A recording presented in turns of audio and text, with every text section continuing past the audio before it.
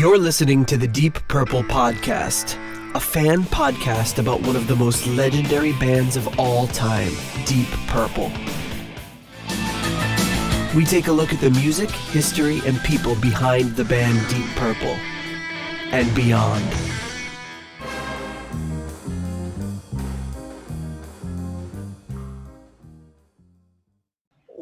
Welcome to the Deep Purple Podcast, the first and only podcast devoted to one of the greatest bands in rock history, Deep Purple. Today's episode is episode number 115, Eddie Hardin Wizards Convention Part 1. And coming to you from the wizard-tastic suburbs of Chicago, I'm your host, Nathan Beaudry. And coming to you from the scorching hot suburbs of Providence, I'm your co-host, John Radiation Burn Matola. Oh, ouch. That hurts. Radiation burn. Well, that's really what a sunburn is, yeah. Oh, yeah, that's true. Sunburn. That sounds a lot less dangerous. Like I thought over the course of the episode, your hair would start falling out and teeth coming out. You'd be drinking iodine to try to stop the damage. I'd like to think I would turn into the Incredible Hulk. You'd like to think that. But that's not how reality works. No. In fact, you just slowly die a horrible death. No, I just got this horrible, as I was talking about, this horrible, stupid farmer's tan, make the same mistake at the beginning of every summer. Just get that burn, and then I could just never even it out for the rest of the summer. So now I'm stuck with it. Good old farmer's tan. I'm going to try, though. For those of you on YouTube, you're getting treated to a really John, where just in a tank top with his shoulders radiating. Yes, it's not fun. Luckily, it doesn't hurt. So that's good. I'm on the other side of the room now. Yeah, what are you doing? I'm putting up my records. I forgot, so I had them down. So I just gotta show off the goods. You know what I mean? Show off the good stuff back there. Had them all laid down there, but because we recorded a little brief interlude before this, so I didn't want to give away what today's episode was.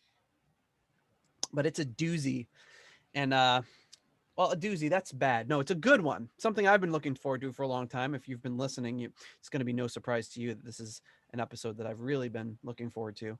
And if you want to help support this show, if you're a newcomer to the show, what we do is we get into little nuggets of Deep Purple history, talk about them, listen to them, laugh about them, come up with our own stupid things to say about them.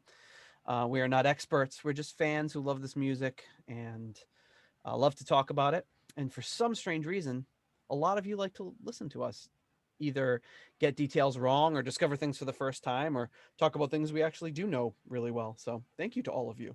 And if you want to support the show, you can do so a number of ways. One is leaving us a 5-star review on Apple Podcasts.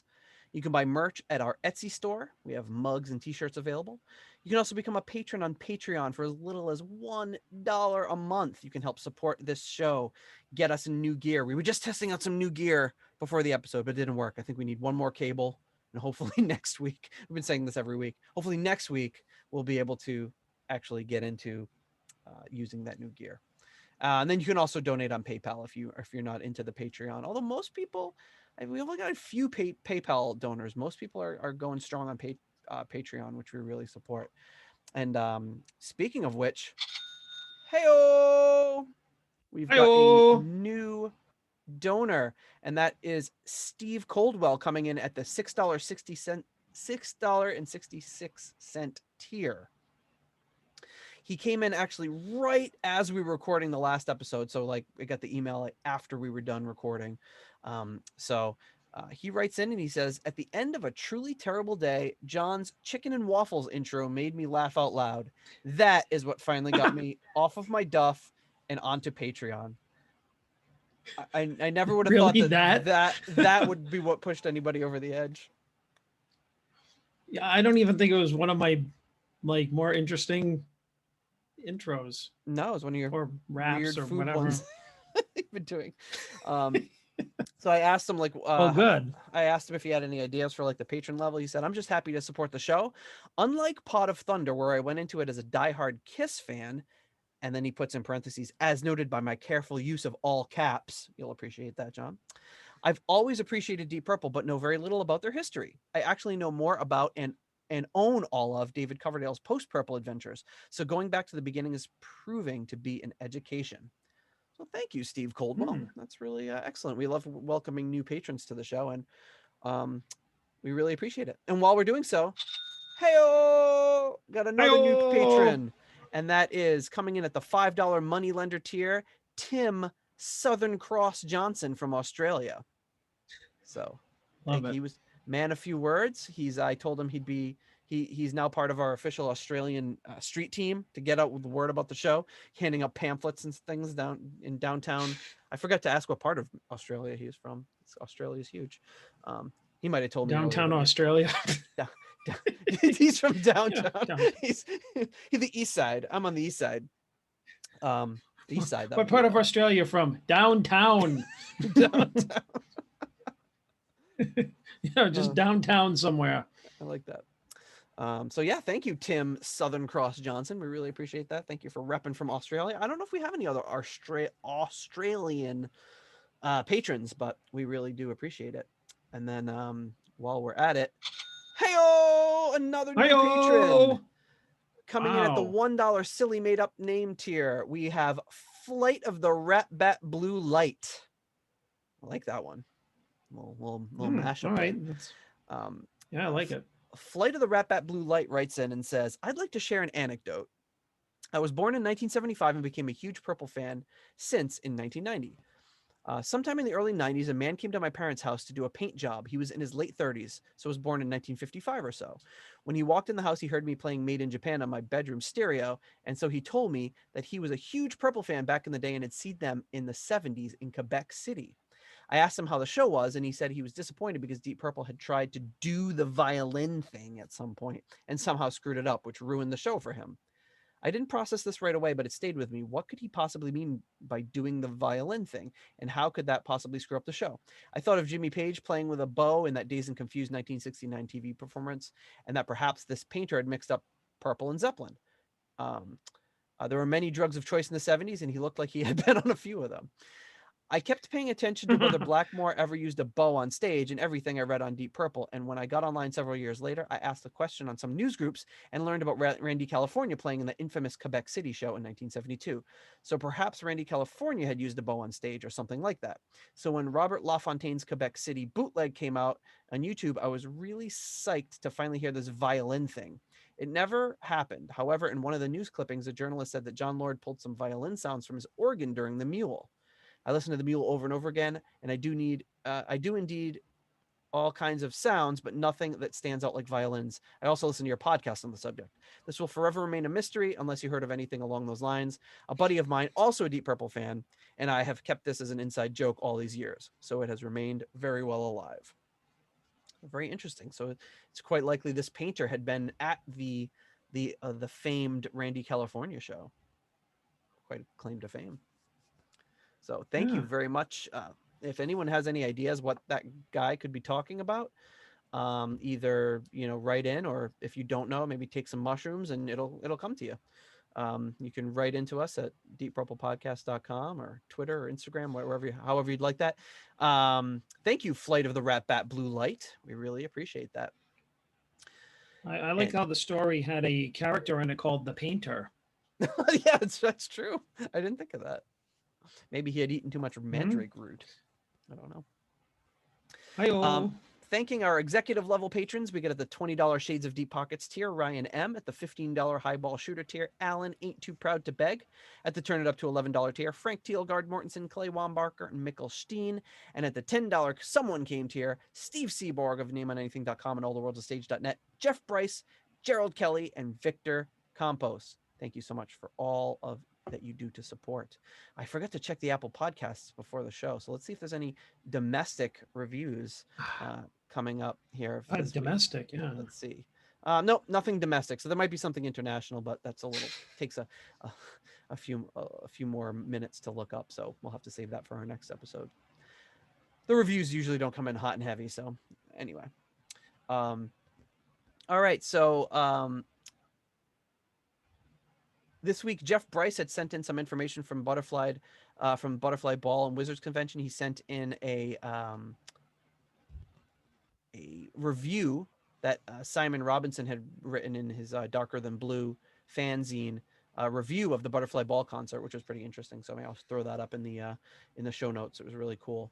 Um, kind of throwing back to I feel like I'm messing with Jeff Bryce. He's always like revisiting stuff based on what we're talking about. So it's pretty cool. It's cool that people are digging into the record collection and dusting off things they haven't listened to in a while. We really appreciate that. All right, so this week, John, we are here to talk about none other than Wizards Convention by Eddie Hardin. Eddie Hardin, what does that have to do with Deep Purple? Well, obviously, if you know, you know, and if you don't, you're going to see all the many, many connections between Deep Purple and Eddie Hardin's, particularly on this album. But, John, what is your memory of Wizards Convention? How did you first become exposed to it? Where did it all begin? I don't think I have ever heard the whole Wizards convention. Mm-hmm. Because, or at least, did I? I don't know if I ever thought that I did because it was on that double CD that we always talk about, Butterfly Ball at Wizards Convention. Mm-hmm. So I'm familiar with I'm probably only familiar with the two songs, the Coverdale song "Money to Burn," which is awesome, Mm-hmm. and um, and then Swanks and Swells, which sounded like an STD. So I was just like, oh, it's like, oh, I went to I the got a case of doctor the and I have swanks and swanks and swells. swells. Oh, you better get some penicillin for that. Um, which that's pretty much all that I know of the album. I like never kind of like when we talked about uh, Gemini Suite. I never, probably had plenty of chances to get exposed to it or find it like years later after it became more available, but never really did. Mm-hmm. Maybe because after a while of listening to so much different music and everything, I thought that I had heard the whole thing, but then like looking at the track listing, I'm like, I don't know most of this. So this will be another kind of, except for those two songs, a first listen. So for me. Well, this is a part one episode, but unlike a lot of our part one episodes, we're not going to do part two next week. Just to keep you forewarned, we're hoping to probably just get through this whole album, and then there's a ton of bonus material that we would cover in another episode. So just throwing that out there now. But my introduction to this was the same as John. It wasn't a 2 CD set, but it was this 1 CD set here. And like we talk about, this is the That was the Connoisseur, one, yeah. the Connoisseur Collection, Butterfly Ball and Wizards Mm-hmm. Convention. So it has the 20 tracks for Butterfly Ball, and then because this is the beginning of the CD age, they said, well, we can't leave all this blank space. Let's fill it up with whatever. And they filled it up with 6 tracks out of the 10 tracks essentially on Wizards Convention are on this. And the reason why there's 6 Okay. and how they chose the 6 was really based on the connections to Deep Purple. They picked the tracks where Deep Purple people were playing or singing and tried to focus on that. And they didn't have room to put the entire Wizards Convention. So for years, I had kind of had that same thing where I'd listen to the Butterfly Ball would end, and then it would go into these 6 tracks. So you're probably familiar with these 6 tracks. Those are probably the 2 that stand out to you, which would make sense because they're definitely noticeable notable in the fact that they're whatever, funny or cool or strange or whatever. So when my parents went to England when I was in, I guess I just started college, and they went to England, and I was like, you gotta find me Butterfly Ball on CD. All I had was the cassette, and then they came back with this for me, which you couldn't get in the United States. At least I'm sure you could, but you had to know what you're doing, and I certainly didn't. So they came back with this, and I was super happy because it had Little Chalk Blue on it, which I'd never heard. And then it had these additional tracks. And to me, when you're listening to this and it goes into the Wizards Convention stuff, you're like, this is cool stuff that sounds like, to me, a sequel to the Butterfly Ball. And I was really dug it. But it wasn't until years later that I actually got the Wizards Convention CD that had all the that was the whole album with these additional bonus tracks. So I was really excited to get that, because then you're getting more. You're getting those 6 tracks plus the 4 more that round out the album. So it was really exciting to me. And then I just listened to that album all the time. So I'm very intimately familiar with this one, and I really love this album. Just going into it, there'll be no suspense from me about how I'm feeling about the album. I really, really dig it. So the lead up to the album, it's interesting. There's a few different sources you can look for information. There's the liner notes to this. There's the liner notes to the Wizards convention. There's stuff online. There's stuff on Eddie Hardin's website that he had before he passed away, but all the archives are still there and people still keep it up.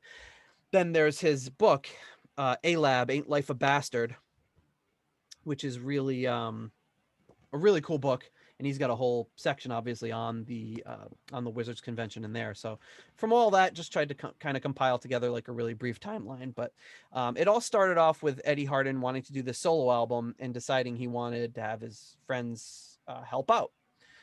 He talks about in his book about being hanging out with Purple Records management.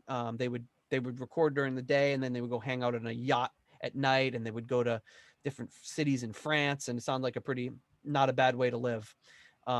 He had developed this close working relationship with John Craig during the making of the Butterfly Ball, and he arranged the deal with him to begin work on this solo album. So uh, the way he pitched it was basically he went to the record label and said, "Hey, I got Steve Winwood. He wants to work with me on this album. It's going to be great." The problem was he hadn't talked to Steve Winwood in like 8 years, and he didn't have any songs written, or anybody else like to work with him. So he just kind of made this pitch. They the record label or whatever, whoever was the muckety mucks who make those decisions, made it up. Um, and they bit. So he was like, "Oh crap, I guess I'm gonna have to do it now." Um, and the Darker Than Blue magazine in 1994, which Jeff Bryce had sent me a scan of, which was really cool. He says, during a meeting, I announced that Steve Winwood was busting to sing the first of the songs. I can only put this down into mental aberration since at this stage I had no new songs and hadn't spoken to Steve for nearly 8 years. He goes on to say that Deep Purple funded these initial recordings, like Purple Records did, and that Roger worked with him for about 3 months on the album, and they'd end each evening going to the yacht to party. So the fact that Steve Winwood was interested got all these other people interested. They all wanted to be on the album. So people started, he started attracting some attention. And even though Steve Winwood was never on the album, he still got this kind of, it's actually pretty, I don't know that he did it with this in mind, but it was pretty clever how it worked out. And he ended up getting all of these great talents to be on this album, even though Steve Winwood was nowhere to be found. They decided to record at Kingsway, which was Ian Gillan's studio, formerly Delane Lay, and Delane Lee, sorry, and he speaks very highly of Ian Gillan in his book about as a person and as a singer. He says, "I really liked Ian, though always found it hard to ascertain whether he actually liked me in return." So I guess Ian's a tough guy to read. Eddie describes the album as having all instrumentation laid down, and then he would bring in the vocalists afterwards to lay down the vocals. So it's a really interesting way that it was recorded. He's got all these great songs, and then you can hear Eddie Hardin's kind of signature on all of these songs, and you can easily imagine him singing them, but he brings in these singers, which I always thought was a really cool way to do an album. I always think it gives an album a lot of personality. Instead of having the same vocalist on every song, bringing people in to interpret every song individually, which works really well. And he's got some great heavy hitters on here that take the lead on his songs. So quickly going through the musicians on this album, there's quite a few. Obviously, Eddie Hardin, Ray Fenwick is on guitar, vocals and backing vocals. David Coverdale is on vocals. Roger Glover, bass. Glenn Hughes on vocals. John Lord on piano. Mark Nassif on percussion, drums, and bells. Tony Ashton on piano and vocals. Mo Foster on bass, and Les Banks on drums. So right there, you've got Wow, solid Deep Purple heavy hitters. representation, and otherwise, and Butterfly Ball guys. So it's essentially the same backing band as Butterfly Ball for a lot of it. Henry Spinetti also does drums. He's a British session drummer. He'd worked with Paul McCartney and Eric Clapton, and he's in Procol Harum and all that sort of stuff. Um, Rick Lee on drums, who he'd been in 10 Years After. Rick Vanderlinden on piano. He was part of the Dutch band called Exception. Pete York on drums, Hardin and York, obviously, and we've seen Pete. We've talked about Pete before on the show, particularly on our Windows episode. Mike Dabo again from Manfred Mann on vocals, uh, none other than King Herod himself. Mike Smith on vocals, who's a member of the Dave Clark Five. Um, Jimmy Helms on vocals, sang. He's the one who sang "Waiting" on Butterfly Ball, so another Butterfly Ball person. John Crocker on alto sax. He was part of the Chris Barber Band. John Slaughter on guitar, also part of the Chris Barber Band, and this whole Chris Barber Band is what they bring in for the final song, the Swanks and Swells. Do that really like kind of 20s send up song, which you will, if you're not familiar with, you'll see why it stands out. So quite a cast of musicians on this album. Some really good ones, and it's funny because when you get into the bonus tracks, the tracks that fell on the cutting room floor feature Ronnie James Dio, Billy Ocean, all of these other really great singers. Jeez. There's 2 tracks on the bonus tracks that are sung by Dio. So really interesting stuff. And to me, listen, the bonus tracks are not some of them sound like they could just be on the album. They're great. Some of them are a little bit demo sounding, but to me, I would just listen to the whole thing, the whole 17 tracks straight through every time, and always really enjoy it, because I thought that some of the songs that got cut from the original album were just as good as the ones on the album. So particularly, not surprisingly, the Dio songs. Okay, so we've got the technical side, Bob Broglia, who was an engineer who worked with Ian Gillan Band. John Aycock, I think it's Aycock or Acock, we'll say Aycock. He is he would go on to work a lot with Eddie Hardin. John's laughing at the name. uh, Sorry, yeah, I'm 12. He can't help himself. Rick Wakeman, John Aikman, John Aycock, who'd work with Rick Wakeman. John Craig, who is the manager of the Oyster label, which would release the Rainbow records and also the Natural Magic stuff we reviewed a few episodes ago. He also founded Safari Records with Tony Edwards. Tony Edwards was the executive producer. And then we have, we talked about him, Louis Conway Faith Austin. Louis Austin, about him a few episodes ago when we were like, who is this Austin that was credited in, I think it was one of the Natural Magic things. And we didn't know, maybe because of the original name, which was his actual full name was on there, and he worked on the Butterfly Ball. He also went out to work with Fleetwood Mac, Queen, Def Leppard. So interesting stuff there. And then Paul Chaz Watkins, who worked with Gillan, Spirit, Bernie Torme, and Straps, was another guy who worked in as far as the technical side goes. So those are the players behind this album, and that brings us to so much album art on this one. But the original album cover is as follows. It's this guy right here. And this is, so what you have here is just a big black square. It says Wizard Convention, and then alternating green and yellow fonts that say everybody's name on it. Glenn Hughes' name spelled wrong with one N. And then behind that is... I don't see it. You don't see it? No. Well, that's unusual. Did I share the wrong screen? Let's see. Try that one more time. Here we go. See that? Now I see it. There we go. Okay. So you've got this film strip, all these film strips behind the little, very kind of simple Wizards Convention logo there. And each one of those little squares in those film strips are pictures that were taken during the recording session, which is really cool. And this, like, I've got the album behind me over here. On the CD, it's, you know, it's very small, so it's kind of hard to tell. But when I got the actual vinyl, to actually sit there and look at all these pictures close up is really interesting. And you can zoom in. This is pretty good quality here. but you can, at the top left is Coverdale. You got Mo Foster right below him. A picture of some booze below that, and then you've got just a. I can't tell if that might be Coverdale right up there in the top. There's John Lord on the piano right here. So if you scroll over and down, you see another picture of John Lord, another John Lord. There's Glenn Hughes belting it out. Ray Fenwick, 2 back to back. There's looks like Mo Foster, Fenwick, and maybe Les Binks. Some black and white photos, a ton of black and white photos of Tony Ashton.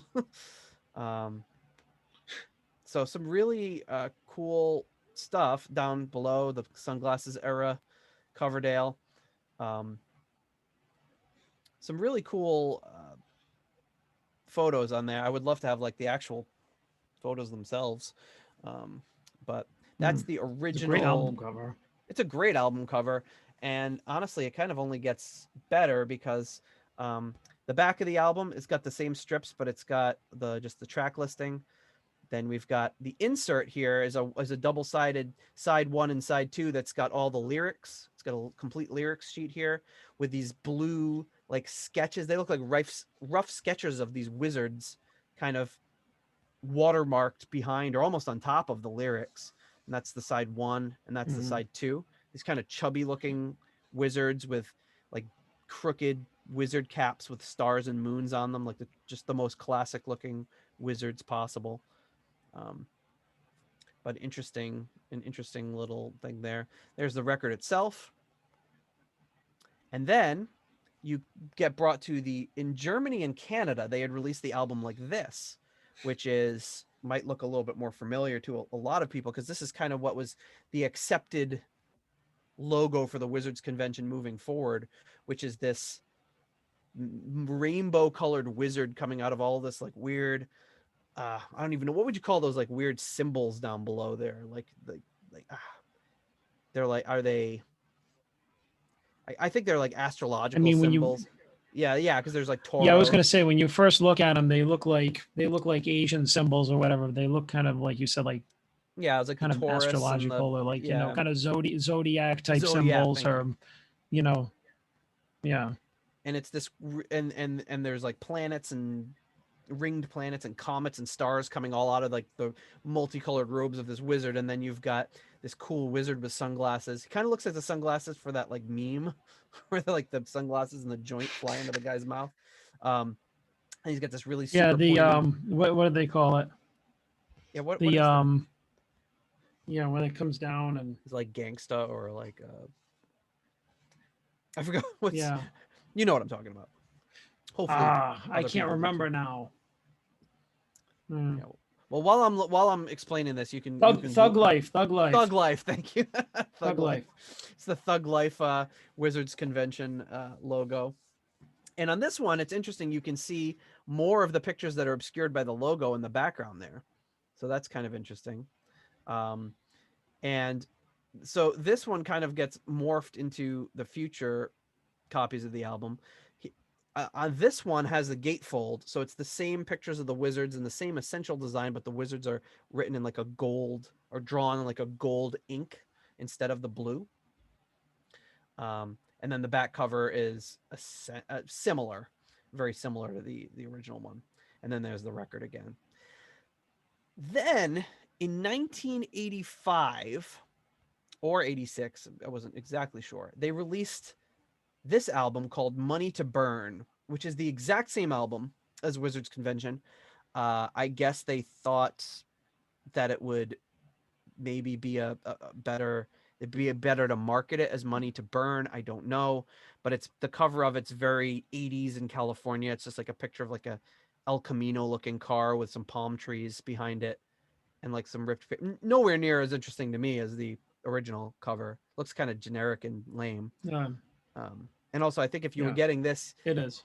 If you were picking this up at the record store, I think you'd be feeling like it was going to be more of like a yacht rock kind of album or like Miami Vice kind of sounding. But this album does not quite fit that bill. Although parts of it might, I don't know. So I actually ordered this and it came in, got a copy of this. It came in from Greece just this afternoon. So I scanned in this cover because I had just a crappy version of it because I thought it was kind of an interesting collector's item. And then the back just has all the same information, the picture of the pickup truck in the back or whatever it is. So, and then it's on the President label, so that's the record itself. But the really interesting thing about this one, which I wasn't expecting and it wasn't described when I bought it, was it comes with this press release. It was just slipped into the sleeve of it. So it says in 1976, Eddie Hardin assembled some of British rock's leading lights to record an album of his songs, released as Wizards Convention. Its well-crafted melodic rock was out of fashion and sales were disappointing, though the presence of 4 Deep Purple members meant that copies had changed hands for £8 or more in recent years. Now you can judge the efforts of Eddie and friends on their own merits, as President are reissuing the set as Money to Burn in this more receptive climate of 1985. Looking back, it seems clear, forerunner of Eddie's excellent Wind in the Willows album, released earlier this year. The same classic mood occurs, and Ray Fenwick's distinctive guitar work provides a link between the two efforts. So it goes on, but it's kind of interesting. It talks about a few of the tracks. It talks about Glenn Hughes, again spelling his name wrong, singing Light of My Life. It says, and it talks about John Lord's jazzy piano solo. So kind of interesting. I thought that was a really cool bonus that I got this awesome press release with it. Why would they think in the mid 80s that this album would have some kind of renaissance? I guess, like they said, he had just released Wind in the Willows, so they're like, oh, let's try to scrape up a few more bucks from it. It's a similar situation that's got some of the same players, and it's a big ensemble piece like Wind in the Willows was. But why they would ruin the cover like this and everything is kind of beyond me. It's a real shame. Then this is after 1985, it would be released in 1989 on this compact disc, like we just discussed. That's how I discovered it. And they picked the four members of Deep Purple to put on the front, and Simon Robinson says on the inside here, he says Wizards Convention was laid down just a few weeks after Deep Purple Mark IV had played their final concert in Liverpool. The album was in the main Eddie Hardin's. He wrote or co-wrote all the material and played many of the instruments himself. Released in December 1976, the album got lost in the Christmas rush. Promotion was minimal and sales poor, with the album quickly reaching the bargain bins. The inclusion of the Purple Gang has added interest, which is doubtful it would otherwise have had. So he talks about Coverdale singing Money to Burn being one of the more interesting tracks on the album. So yeah, so when this was kind of a collector's item for Deep Purple fans, so that's why they decided to include parts of it there. Then it gets released. That's the CD that when I see that makes my heart go a flutter. Think of how many times I popped that thing in the 5-disc carousel. And then he released it as the Masters later, so they replaced the Wizard with a big picture of Eddie Hardin with his hands in his pockets, and that's pretty much the exact same thing as we'd get later, but it's got additional tracks that have nothing to do with the Wizards Convention. Then they released this version, which is only the cool Wizard, the cool Thug Life Wizard. This time they finally got Glenn Hughes' name spelled right. Very excited about that. And like the other one with Eddie Hardin, it's kind of like that Glenn Hughes Christmas album photo shoot. He's just like leaning against the wall, and they're just like, "All right, you ready?" Yep. What? All right, we got it. and it's very, it's very, very grainy. Like they couldn't get a better resolution picture of Eddie Hardin.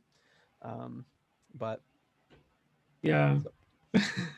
So that is a lot of different album covers and versions of this that have been released over the years, but I thought it was of note because just seeing the path that this album took as something that was kind of left behind and not really paid too much attention to until they said like the late 80s when collectors were starting to really grasp onto it. Right. The Eddie Hardin said he wanted the cover of the album to be kind of like a Hard Day's Night with all the Beatles, all the pictures of the Beatles. So they took tons and tons of pictures during this shoot, and the photographer named Corinthia West got a fee of £250 to just basically be there during all the sessions, just snapping all these shots. So I can only imagine how cool it would be to look at all of the photos from this session. I wonder if she has them. It'd be really, really cool to see that. Eddie Hardin describes Corinthia West as an Amazonian woman who wore outrageous clothing but very little. He said she contorted herself into the most unusual positions to get the shots she was after. She was so sensual and frighteningly striking in appearance that not even the die-hard, lecherous musicians working on the project dared make an approach. Even Coverdale was like, I can't. Ooh. John is titillated. I just love the idea that like somebody like Coverdale would just be like, I can't approach this woman. She's too much. Oops. Oops, indeed. Wink ×2. Encore. Be like Coverdale. Encore. So she was or not. She describes herself as a 70s it girl, model, actress, journalist, and photographer. I tried to look up some more information on her. It looks like she signed up for Twitter and Instagram in 2016, posted like 4 or 5 times and never returned. So like so many people. Some people it doesn't strike them. And Richard Bush is mentioned as doing some other photography for this, but not much other information about that. So there you have it. That's the album art. And before we get into the songs, we have to, of course, thank our core level patrons coming in at the $6.66 tier. We have Richard Fusey and Steve Coldwell at the $6.65 Almost Evil tier. We have Kenny Wymore at the $5.99 Nice Price tier. We have Fielding Fowler and Dr. Jill Brees.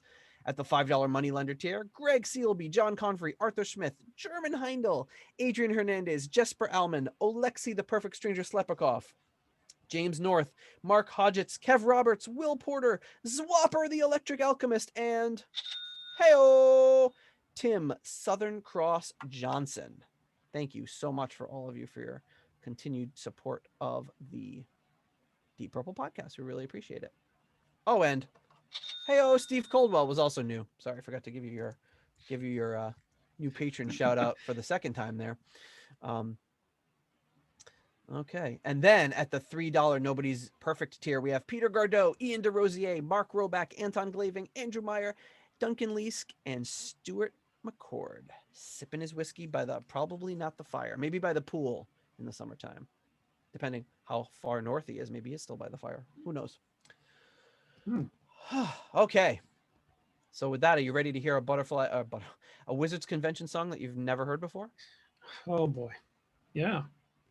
So the first track of this, Eddie Hardin says the first track was he contradicts himself here because he says it a couple times. He says it of this and of Swanks and Swells that they were both the first track recorded, but he says the first song to be recorded was the Craig song. This was about John Craig, a friend of mine, who assisted from conception to fruition. Though I think he had reservations as to when or even if the album would ever be completed.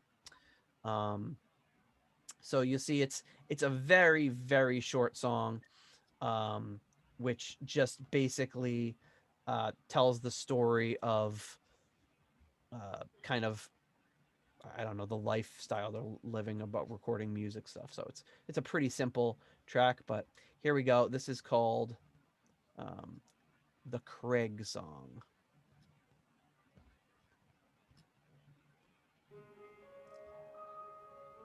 Starts with this very far off reverberated piano.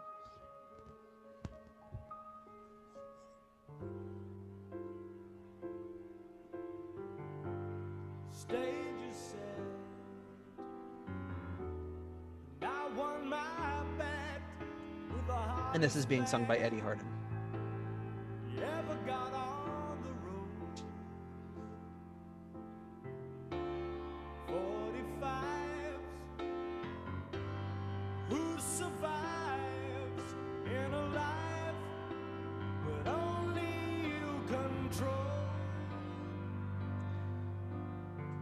I like that they start off with this really low key, almost something you expect at the end of an album, but it's like starts off in this low key when you may be expecting like a rocker.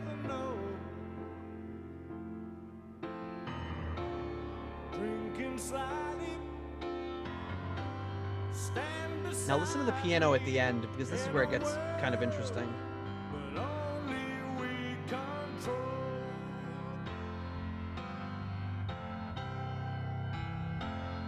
Kind of has that really flangey sort of sound to it.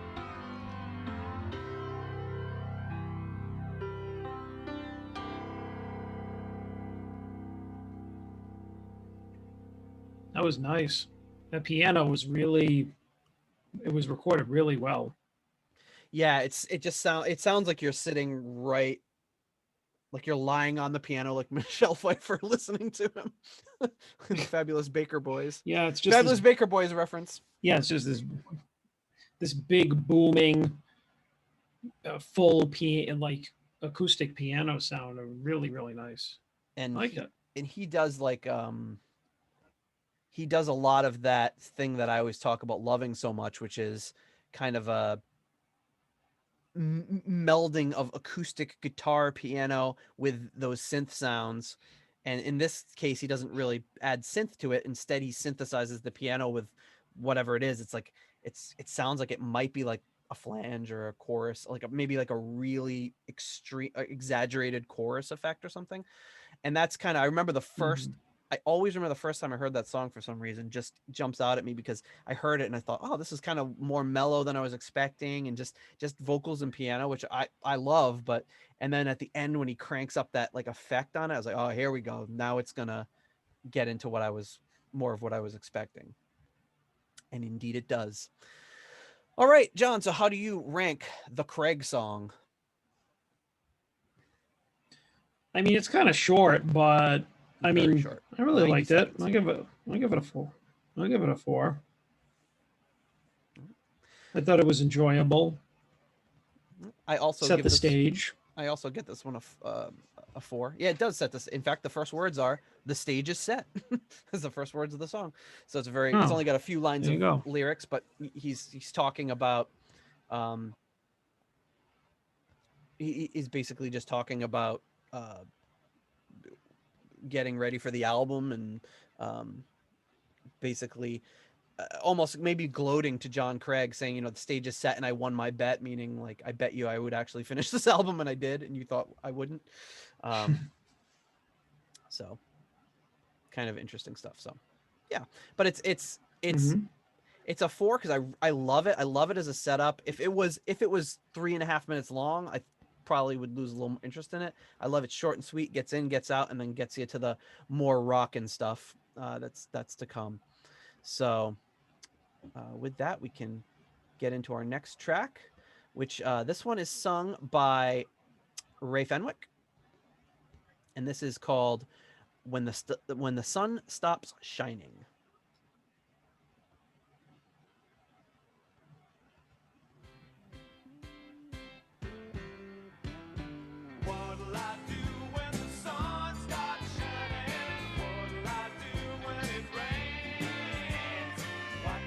Really layered guitars in there.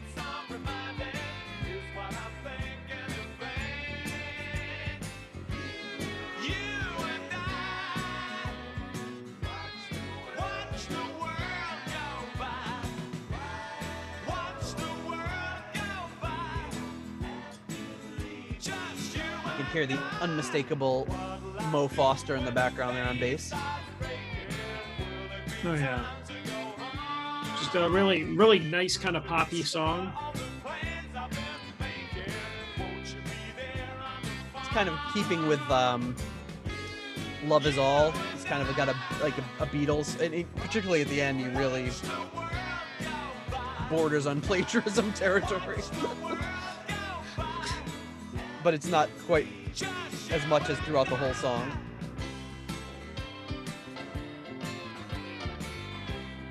Did you figure, like, you know, you hear this on like AM radio, like after Afternoon Delight in the mid 70s or something? Yep. Nestle in quite nice with that. Yep.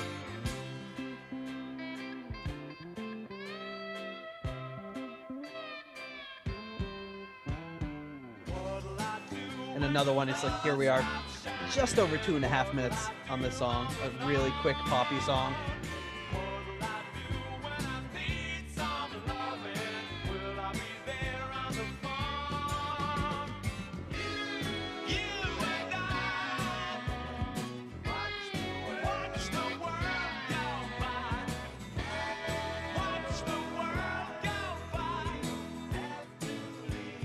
Here comes the Beatles reference.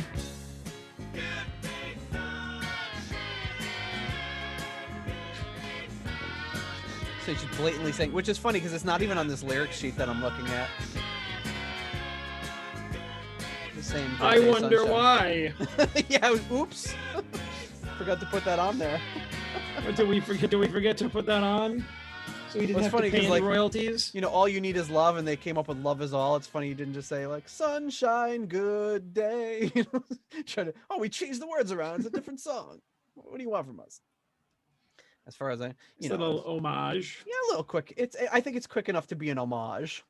I will buy that for that song. Yeah.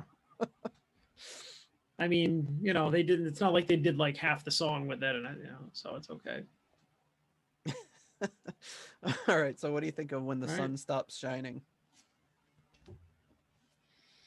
I thought it was a pleasant little song. Pleasant little ditty. Yeah, give it a 3.5. 3.5. Yeah, like I said, would sound right at home there on AM radio. Some of that mid-70s kind of popish stuff. I will give this one a 4.5. Really, really like the song. It's fun, quick, easy.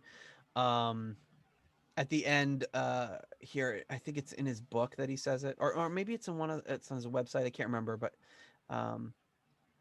I guess I'll read it out. He says that Ray Fenwick kind of helped out with some of the lyrics sometimes. He says basically whenever you hear the word sunshine, that's because Ray Fenwick brought it up. Like he loves to sing about sunshine, I guess. So that's that song. Yeah, but 4.5 for me, just because it's one of those ones that the more I hear it, the more I like it. The next song is called Loose Ends.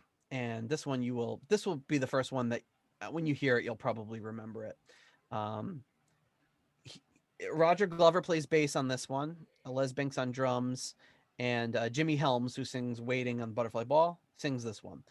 And this one is, my wife has had to endure many listens to this album in the background over the years, but this is one of the songs that is always on her phone. She's always got the song handy. She loves the song. She says, I asked her as I was getting ready to record, anything you want me to say about Loose Ends? And she said, 2 enthusiastic thumbs up. So you can tell she doesn't listen to the show because she doesn't know the number scale. 2 thumbs up. She'll listen one of these days. No, she's heard a few episodes. Maybe she'll probably listen to this episode, skip ahead to the Loose Ends, listen to it, and then not listen to the rest.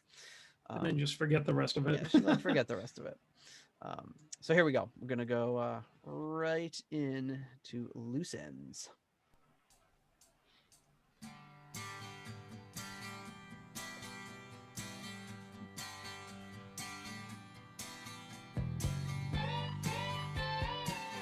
This would be the first song you heard on that Butterfly Ball disc. Yeah, you're right. I do remember it.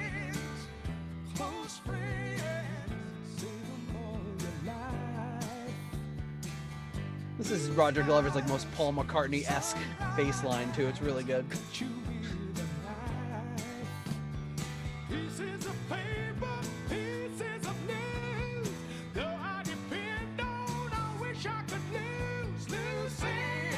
Very different style than Mo Foster, but it really suits the song well. And so much guitar layering from Ray Fenwick early on into this album.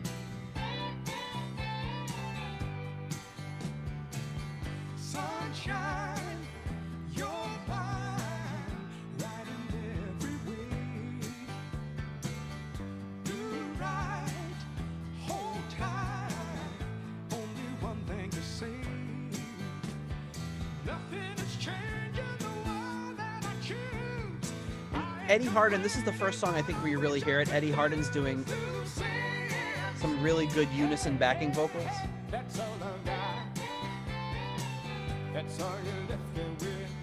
And he does that throughout this album in a really interesting way.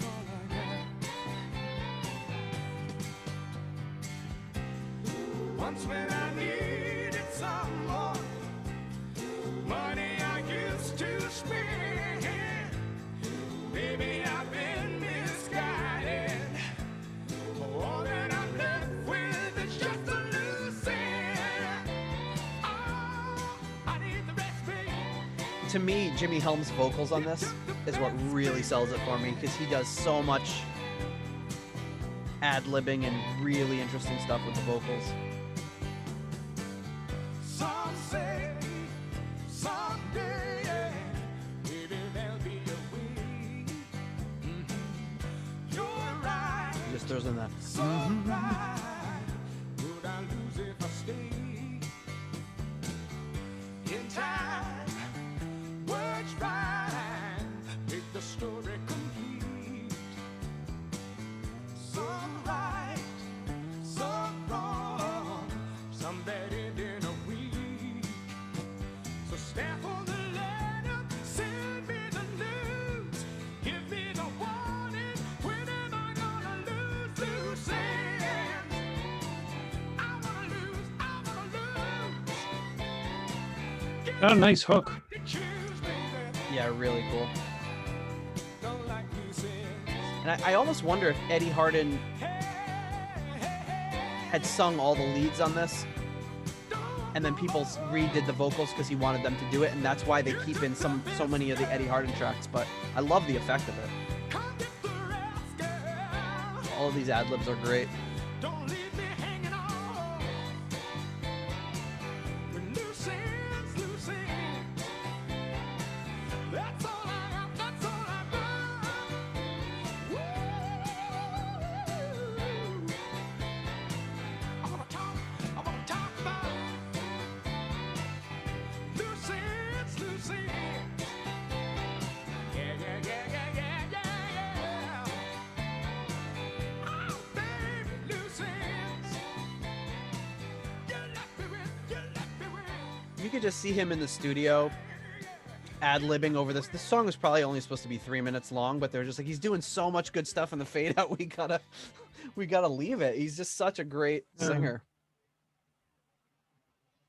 That's some good stuff. Yeah, Jimmy Helms. I man. do remember it now. Yeah, I'm sure you've heard that one plenty of times.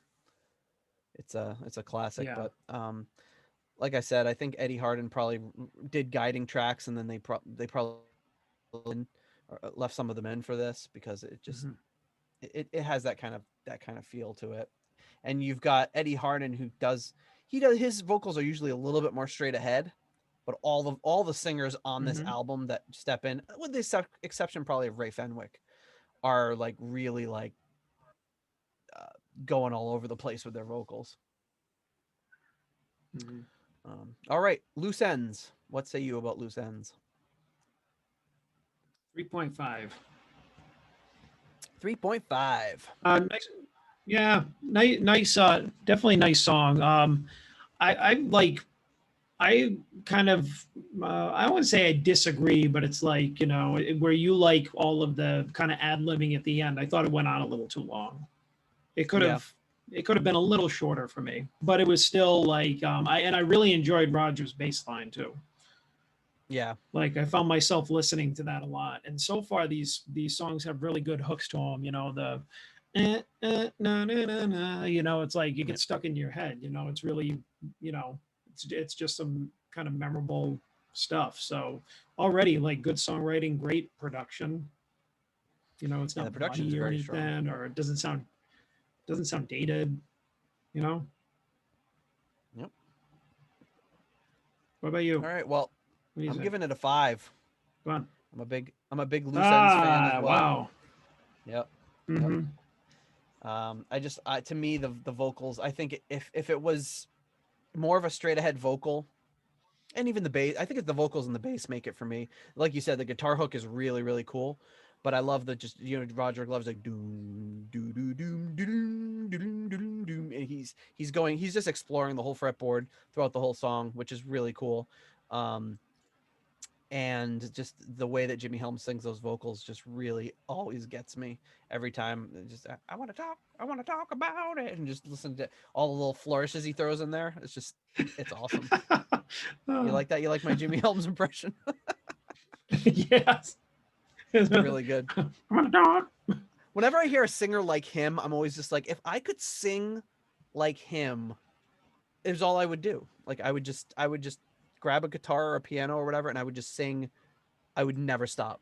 If I could, if I could do the sorts of things that he can do, it's just, I mean, you could probably fill in that for almost everybody on this album, because there's so many good singers on this album. But all right, that's Loose Ends. All right, next up, we have a track that may be of some interest to you. This is probably the one you're really waiting for, which is sung, of course, by none other than David Coverdale, and that track is "Money to Burn."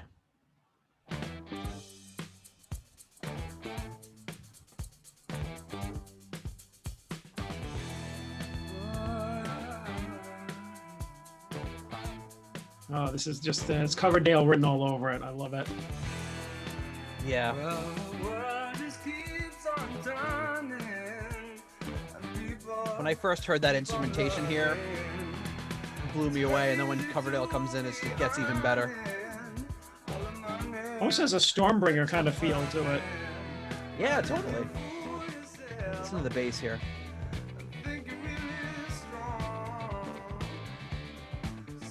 Who's bass on this song? Mo Foster. Did you say? No, wait. Yeah, Mo Yeah. Foster. Yeah.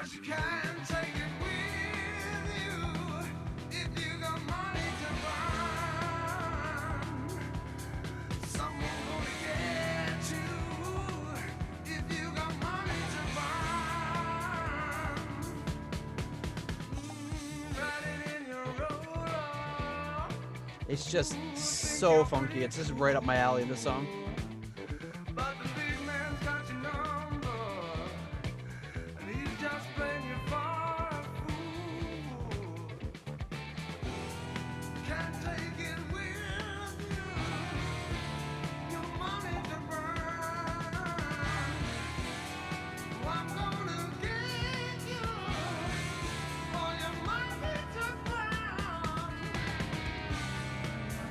Here we go.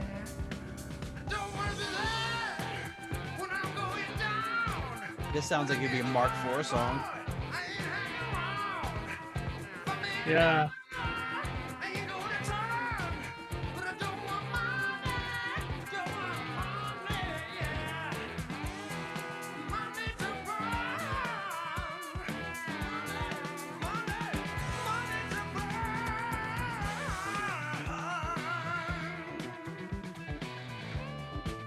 There's something about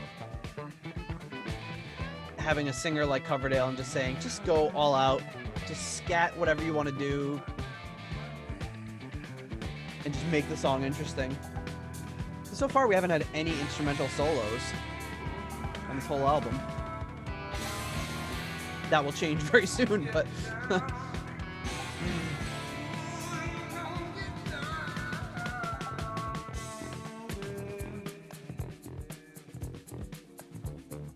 listen how dank and dirty that bass is.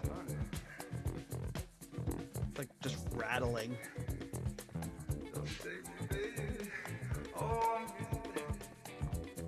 Giving you a little slap and pop there. Easy, Mo.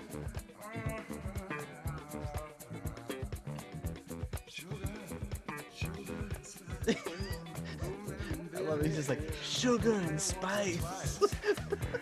Such a weird thing to ad-lib.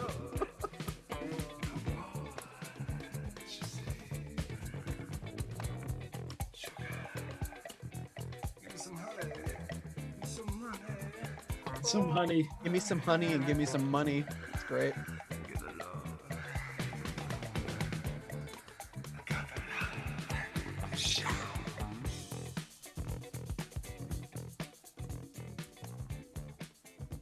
Such a cool little the song almost feels like an interlude, but it's just beyond funky. Yeah, I mean oh yeah, I mean this could have been, like you said, it like sound like a Mark IV outtake. Yeah, especially that little bridge section they throw in there. So Yeah, before we that get couldn't to have been a more perfect song for him. Before we get to the ratings, just a few funny, this really funny thing from Eddie Hardin's book, which I highly recommend. So Eddie says he wrote this with Ray Fenwick. He sent David Coverdale a demo and he agreed to come sing it. Eddie says that in his book, he says, unfortunately, he rewrote bits of it on the plane over, and what started out as a melodic piece turned into Barry White kind of thing.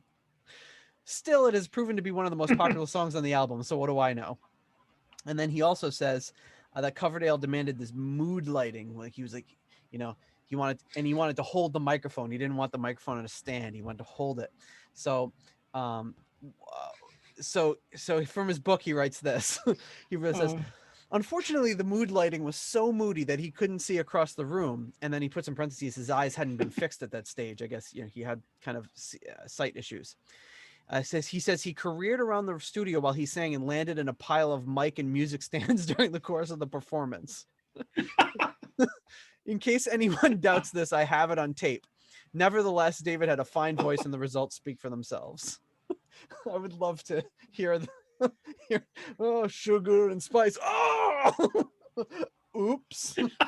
As he falls into a bunch of stands. Encore. Oh, and then he also that's so good, but I can't. Encore. Oh God. Times 2.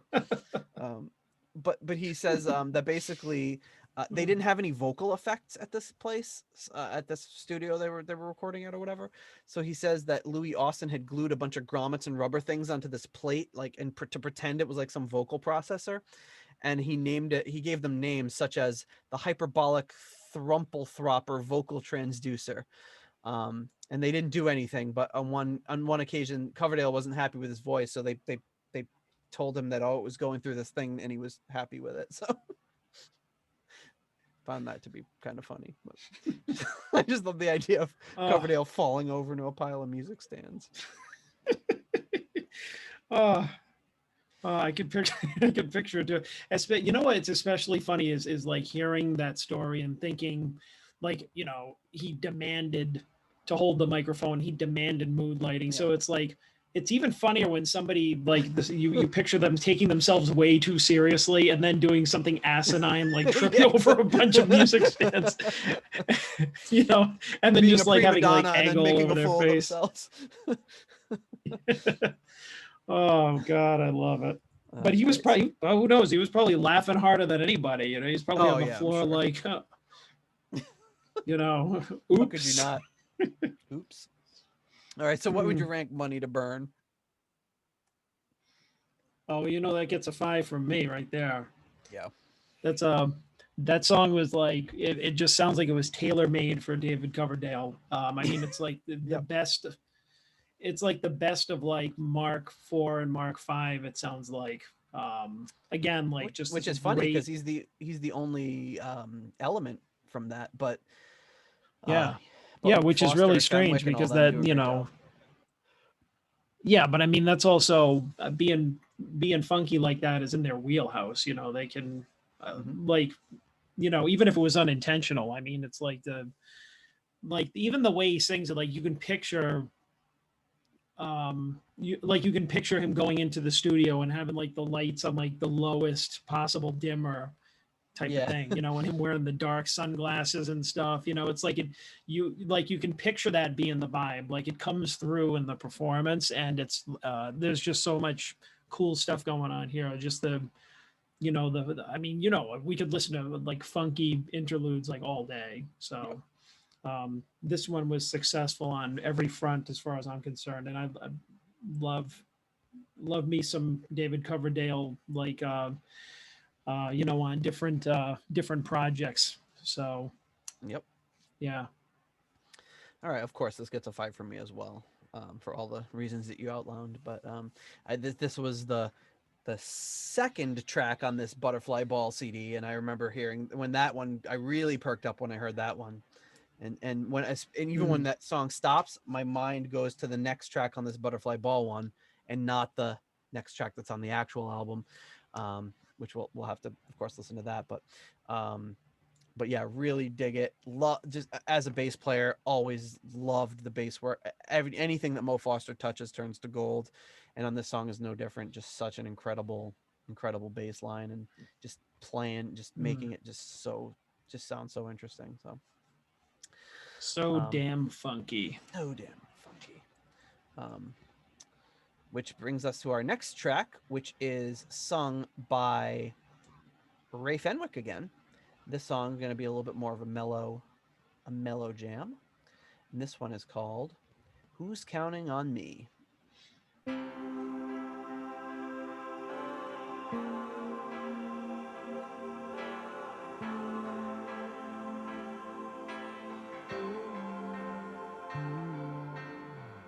Another Mo Foster bass there. Mike Dabo and Mike Smith are doing background vocals on this one. I'm sorry, they're doing lead vocals.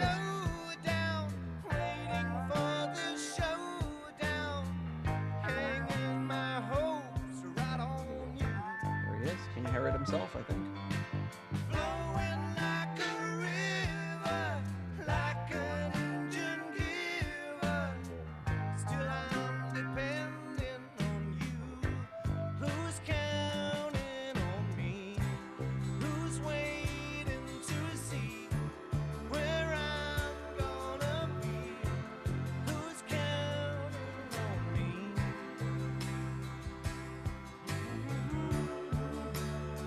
If memory serves, this is the first song we'll actually hear a guitar solo on. Or any solo for that matter.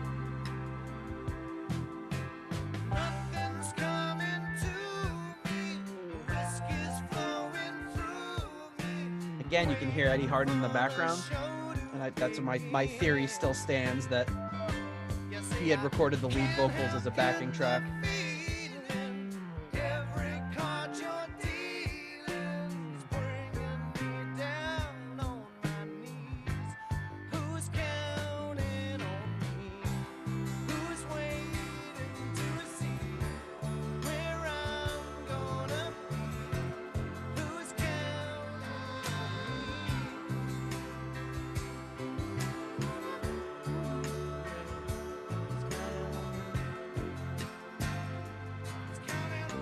I've always liked that dynamic too. Oh, here comes the guitar solo.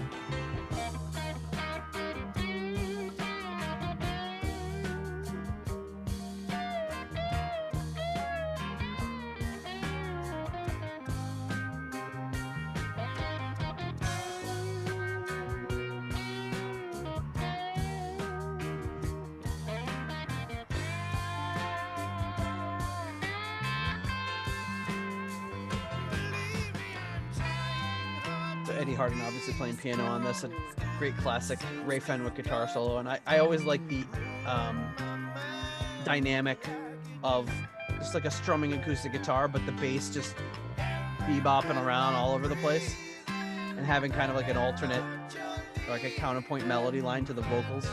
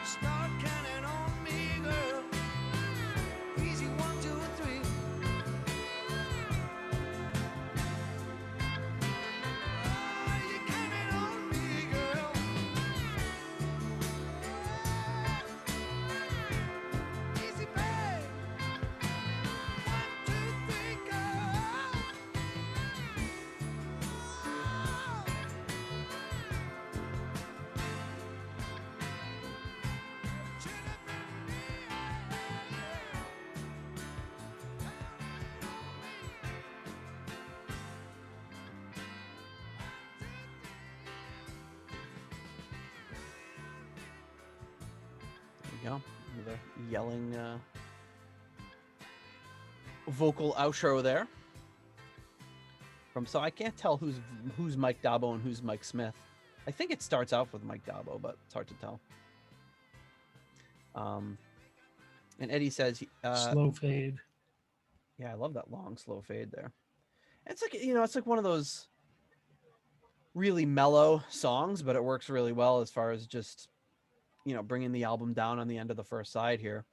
Um, Eddie says that Mike Smith had a great voice for rock songs, and he wished he'd used him on a song of his own, like a song for just Mike Smith. And then Mike Dabo took over the reproduction and began fiddling with. Oh yeah, he says he fiddled with all the knobs on the mixing board that they'd set up during the whole day, and they lost an entire day's worth of work because Mike Dabo was just screwing around on the mixing board. We still let him sing a song on the album, so there you go. All right, who's counting on me? Who's counting on you, John? I'm counting on you to rate this song.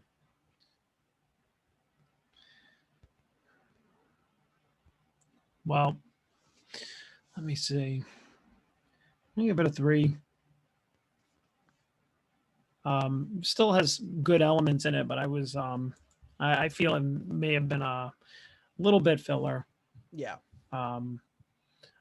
I mean, it still had all the elements of the other songs. I mean, even like the guitar hook, dun, dun, dun, dun, it's another memorable hooky. I mean, it's not bad. It was just kind of like, at this point, I feel like it's kind of like some of the other songs. So I wasn't really listening that closely. Like it didn't really draw me in.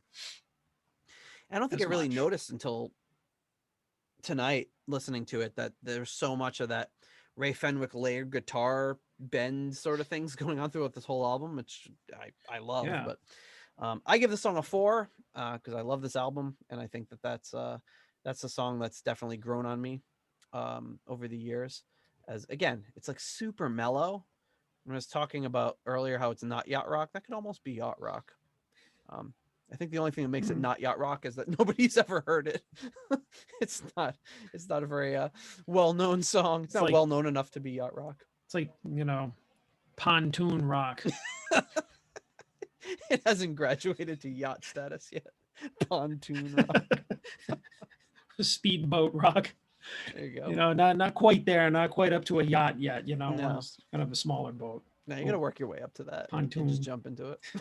Pontoon. Sailboat.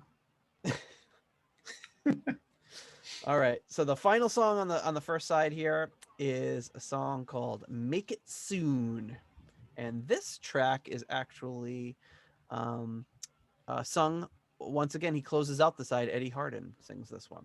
So here we go.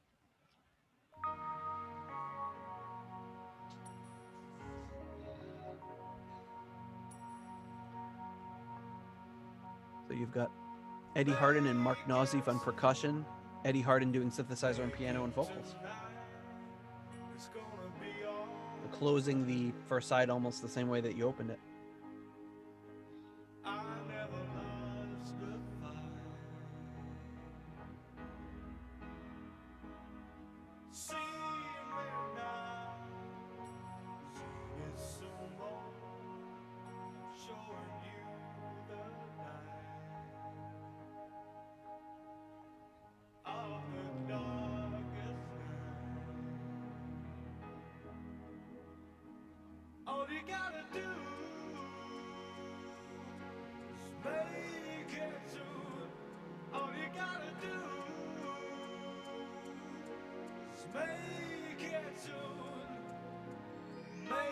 And here you've got, once again, very simple, barely any percussion, piano, vocals, and a synthesizer. He talked about getting an ARP 2600, like him and Roger Glover had this kind of arms race to see who could get the best synthesizers of the time, and how they love to use this one for strings, and this must be what he's using here. Mm-hmm.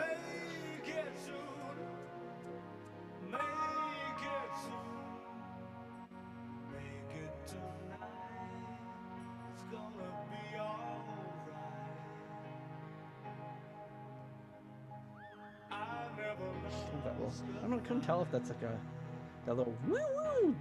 It almost sounds like scraping fingers across a guitar string. Like Tommy Bolin just walked in and went, woo, woo, yeah, and it then did just sound, yeah, out. That's a good point. Echoplex.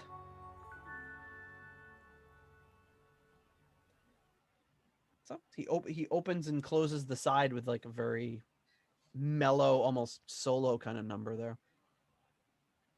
That's a nice little thing. Nice little song. And it is very interesting when you look at it in the context of the album, and obviously we're going to get to the second side, but and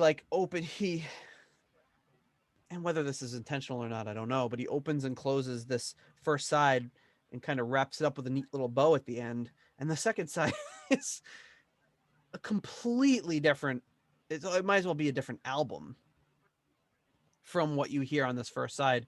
You've got these two solo piano and vocal songs. You've got a few songs in between that are kind of like upbeat pop songs. You've got one guitar solo, and then the second side just, again, you'll see it shortly, but it just kind of goes in a completely different direction, not what you would really expect. So, John, what do you rank Make It Soon?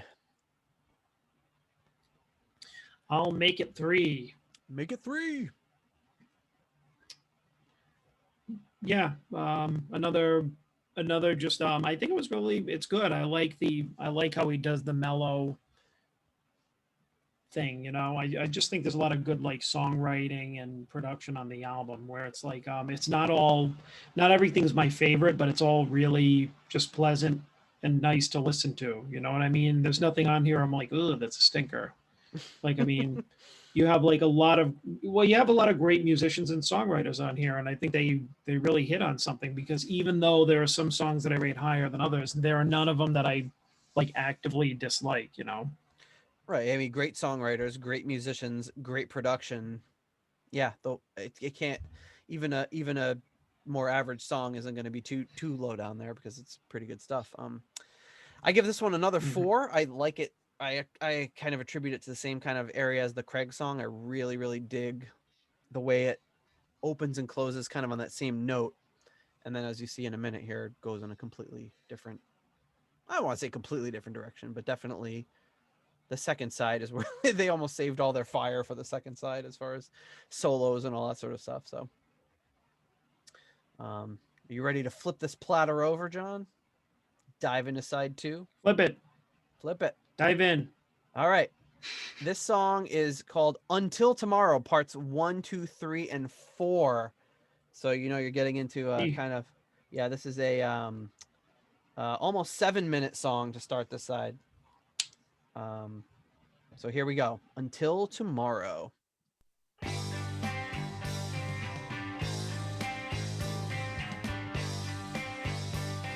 this is one you might recognize from the Butterfly Ball disc.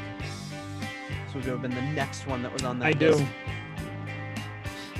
It has a very frantic start to it.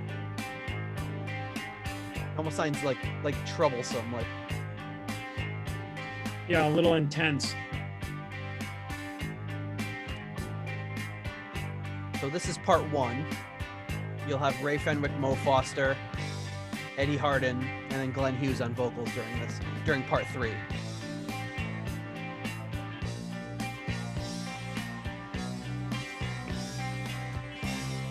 That was part 1, I believe, and here's part 2.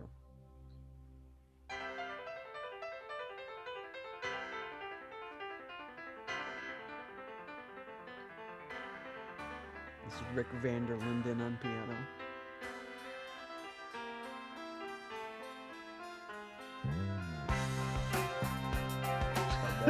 Love that bass slide that Mo does there. I was like watching you doing the bass slide. You're like, I can't get enough of it.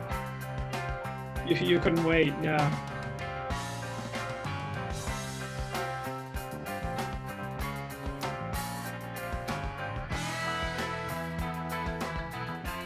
Kind of takes this dark little turn here.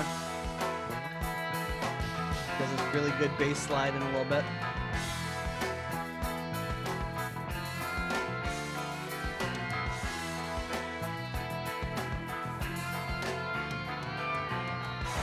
Maybe it's in the later part. So I think that was part 2. So here comes part 3. This is where Glenn Hughes comes on the scene.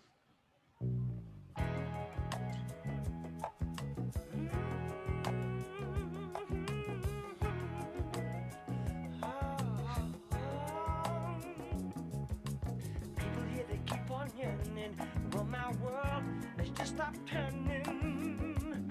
You left me upside down. What I lost, So obviously you got some great vocals by Glenn Hughes, but what the band's doing in the background to back him up is just inspired. Ray Fenwick is just like voicing those Now- chords in all the most interesting Yeah. ways, and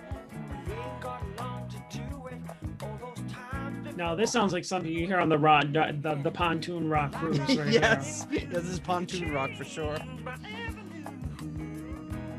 No, but this is like something you picture the couples going on the dance floor and kind of a little calypso beat type of thing, you know. Listen to Glenn right here.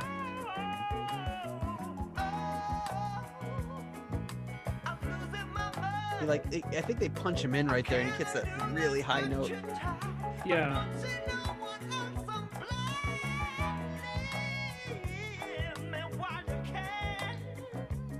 And this is another song too, just like Coverdale's song. Sounds like it was tailor made for him. Like this is Yes. perfect for Glenn Hughes. Perfect. Like sounds like something you'd hear on "Play Me Out." Totally. Yeah, and Eddie Hardin doesn't even try to sing along on this one. He's just like, Glenn, go for it. I But this one is of the such like a only cool songs beat. that- This sounds like something. What were you saying?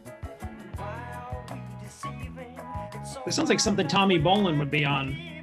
Like I'm hearing a lot of Tommy Yeah. Bolin moments. Like would have been like a perfect album for him to take part in. It's because there are a lot of styles that he's done.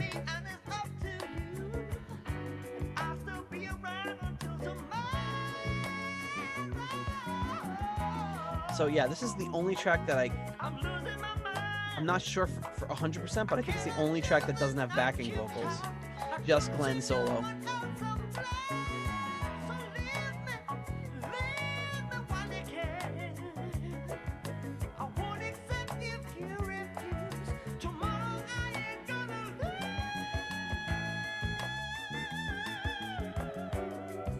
Just the perfect amount of reverb on there to really.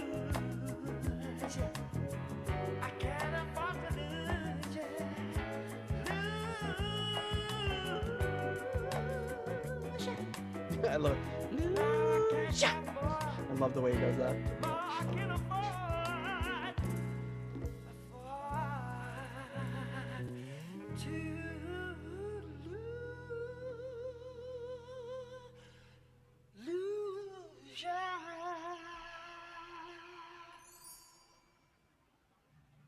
Now this is part 4. Very unusual song, the way it's structured. But I love all the little different instrumental music breaks and stuff, and just the middle, just Glenn Hughes soloing out for 3 minutes.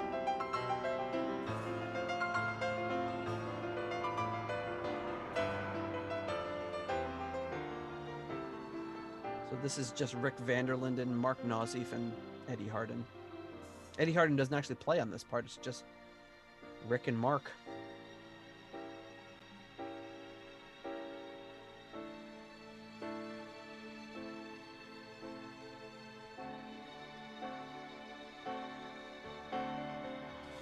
Rick Vanderlinden does all the other instrumentation.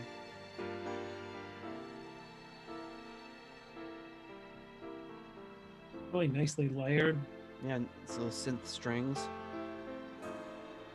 This almost sounds like an Elton John, like Goodbye Yellow Brick Road sort of thing right here. It's got the little synth choir going on.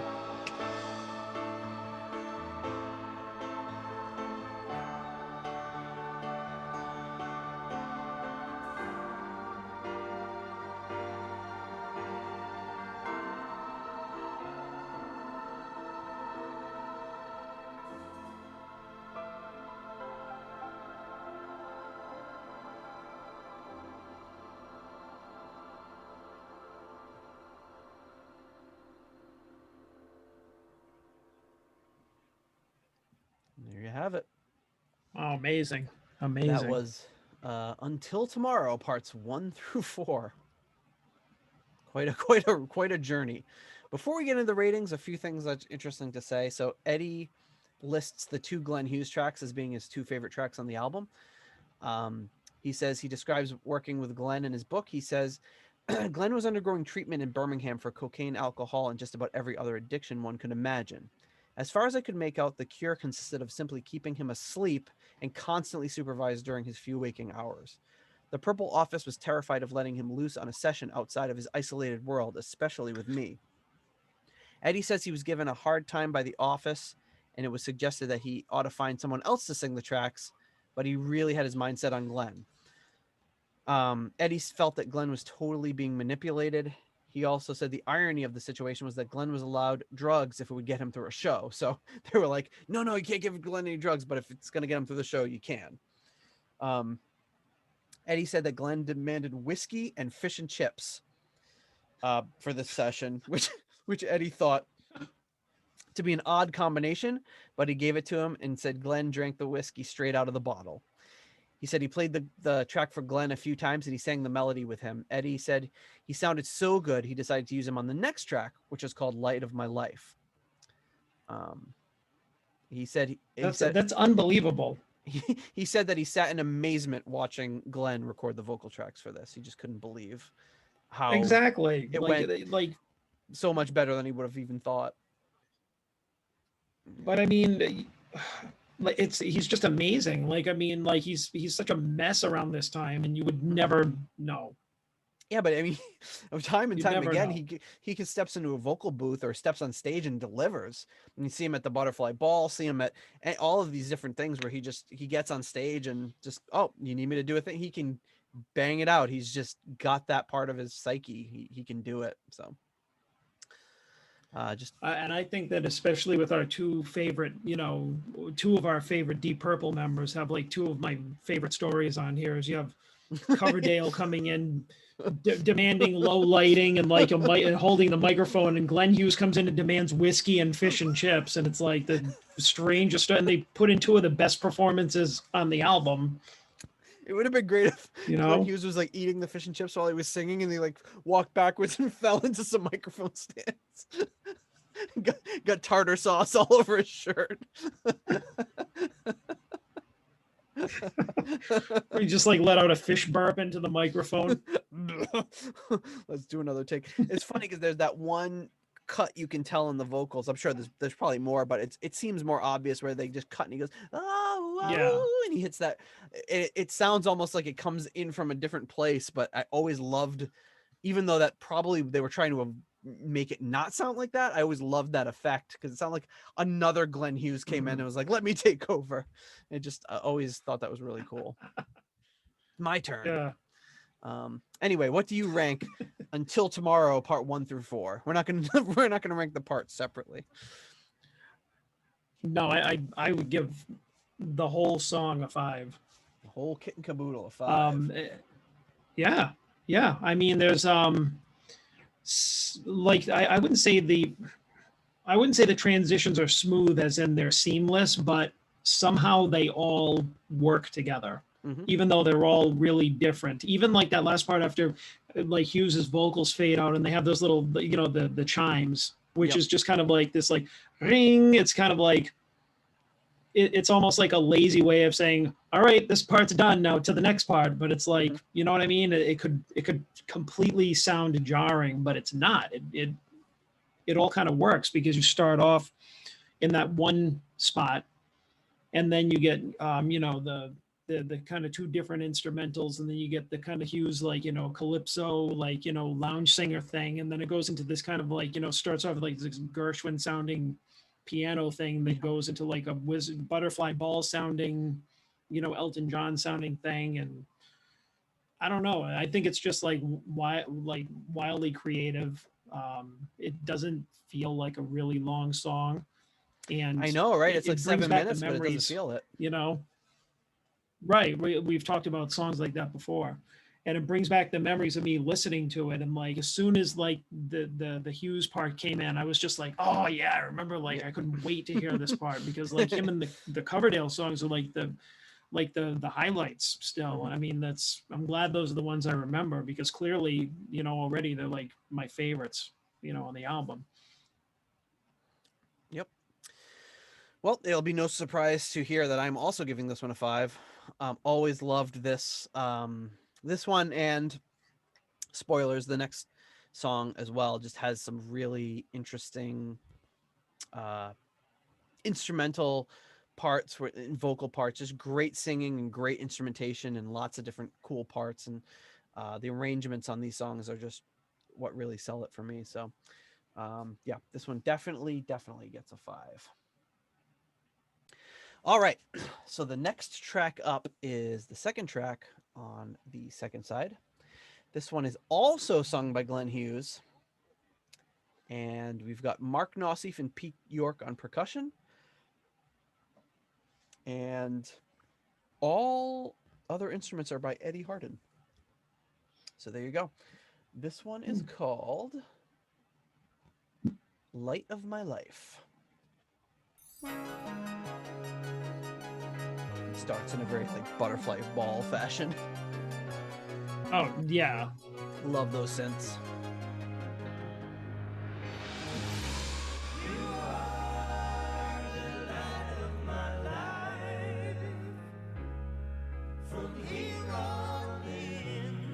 So you've got Eddie Hardin in the background on this one.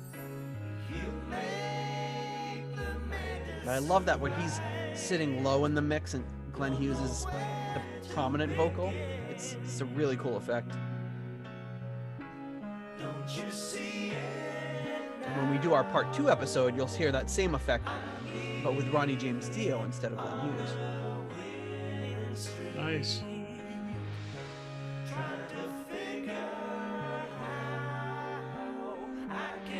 Just with Hughes singing and the keyboards, it almost has that This Time Around vibe to it. Oh wow, yeah, I never really made that connection, but you're right.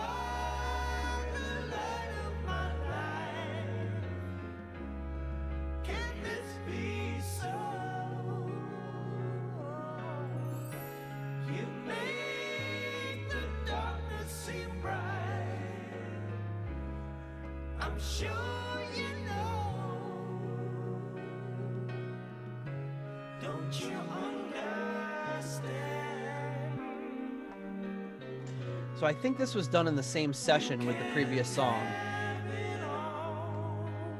Yeah.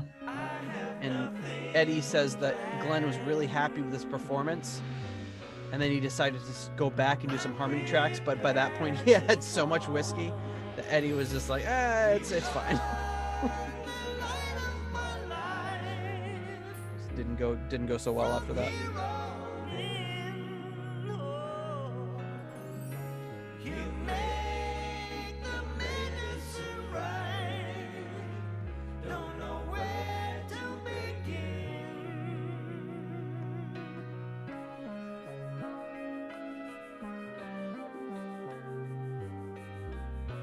I think that's kind of one of the things I really dig about this album is there's several songs where there's no drums, and not that I have anything against drums, I love drums, but it just sounded cool how they had all these like weird little interludes. Like this is like it's more of a musical interlude than a song.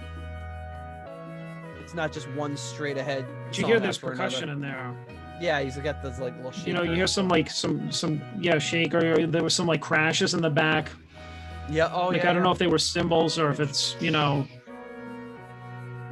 Yeah, so there is, not like a drum beat, but there's just like some percussion laying in the background there.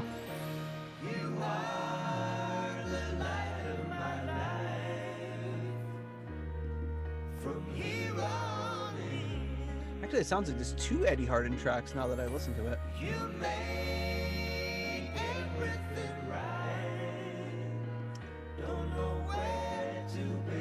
Like he's harmonizing with himself, and then Glenn Hughes is sitting on top.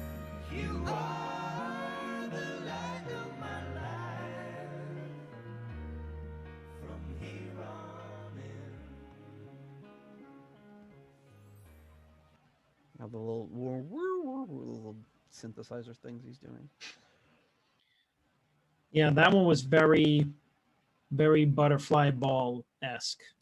Yeah, and it's weird. It was almost Very, 4 minutes very long, cool. but it felt like it went by in a snap. Like it just like a couple minutes. Like it seems like just an interlude, but it's longer than some of the songs with a full band. So, Light of My Life. What say you about Light of My Life? I thought it was cool. I'll give it a 4. Um, I don't like it as much as the previous Oh no, of Glenn course not. Hughes. I thought that one was fantastic. I liked what was going on here, the vibe and everything, but it's like it didn't sound as strong to me as the previous track. Like if I had to pick between the two Glenn Hughes tracks, I'd obviously pick the previous one. Oh sure. Until tomorrow, part three. Um, but this one was still good. It was almost like the sister track to this time around, but not as strong. Yeah, Obviously, but I think that that one was like yeah, it's really interesting you bring that up. Yeah, you got the acoustic piano, you've got the little like synth things going on in the background. You're just adding like a little yeah. percussion and some background vocals, but yeah, it's got a similar vibe to that.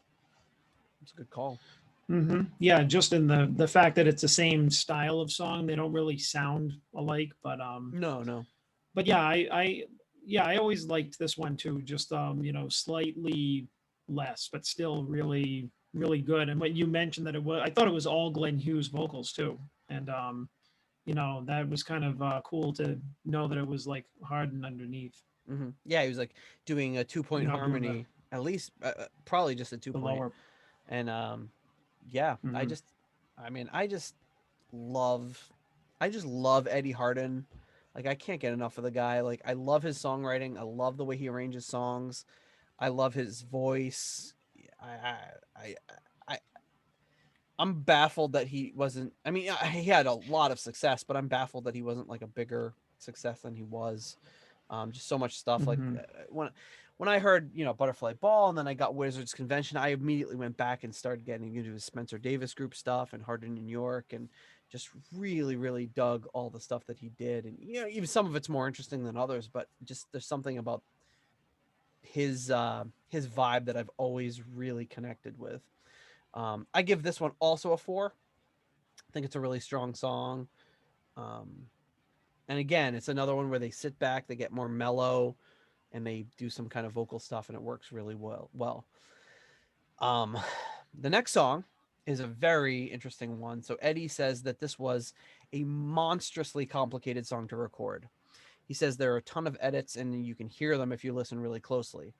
So this one features John Lord recorded his solo, aided by a bottle of Bell's whiskey, which I believe is the same whiskey that David Coverdale had during this Deep Purple uh, audition, if I remember correctly. Tony Ashton is also on this. Wait, Tony Ashton, is he on this? Oh, no, that maybe that's referring to later. Tony Ashton also had some Bell's whiskey on the next song. um, so yeah, so it's Ashton's not on this one. No, it's just so John. So this song is, you'll hear it. It has a couple of piano solos. The first piano solo is by John Lord. Um, no, I'm sorry. The first piano solo is by Rick Vanderlinden, and the final piano solo is by John Lord. Let me see if I got that correct. Um, it doesn't really say here, but I think that's correct. Where is it? Yeah, so this song's called "She's a Woman." It has Jimmy Helms on vocals once again, and then you've got John Lord and Rick Vanderlinden taking the two piano solos. So, anyway, let's take a listen to "She's a Woman." Again, a little bit of a longer song, but She's a woman from head to toe. She's a lady. Where'd she go? again, Jimmy Helms is just phenomenal. If I could find her, then I'd maybe see.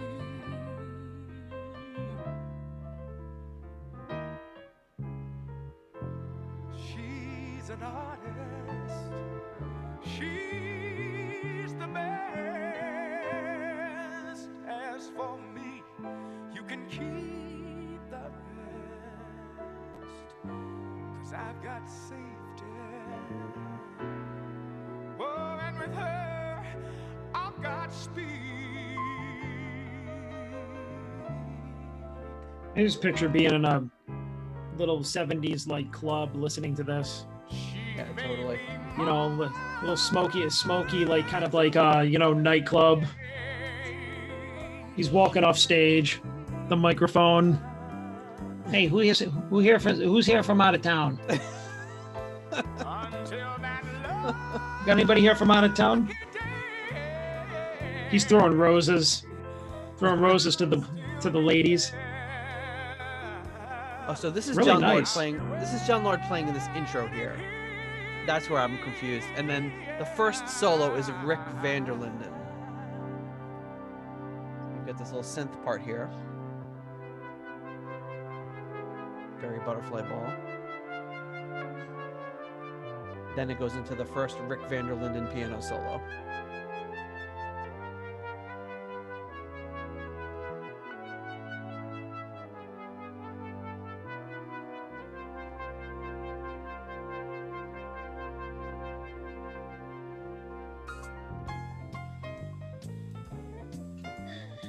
This is absolutely great little lounge background to this. You've got Mo Foster on bass. All of a course, sudden, it's Les like bass and the drums. Vince Guaraldi trio just shows up. Yeah, exactly. Never jump in a pile of leaves with a wet fucker.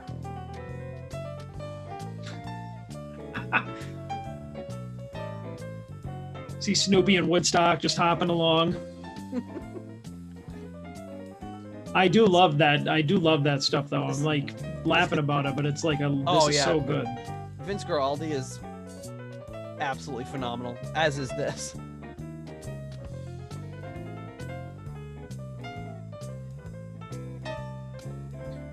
I just like how in the same song they just switch up like styles like that. Right, switch up vibes. Then you go back to this.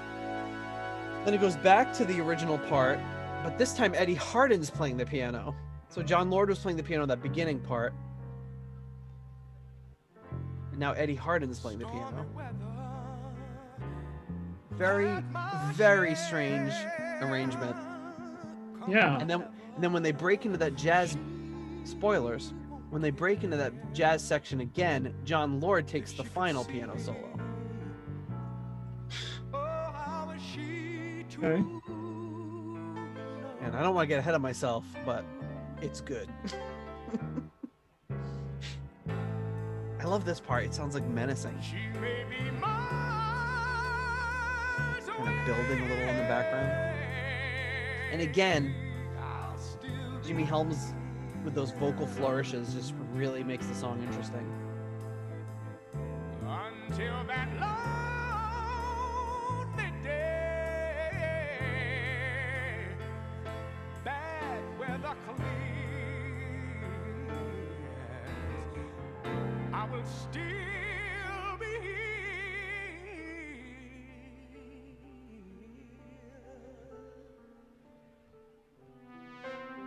Again, just such an interesting arrangement, just much like Until Tomorrow.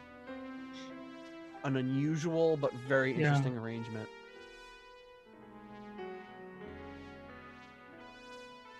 Okay, enter a Mr. John Lord.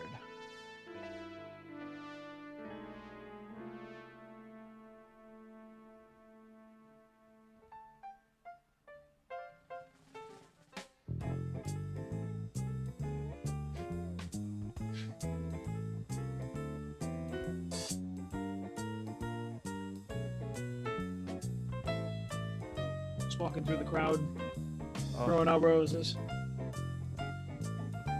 Hey, sweetheart, how you doing? Everything all right?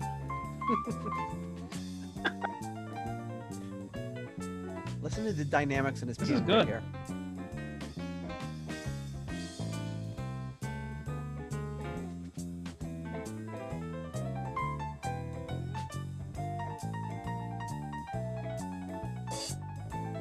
You can tell that that's John Lord. It's so Oh. weird. So good. This right here, he gets so intense.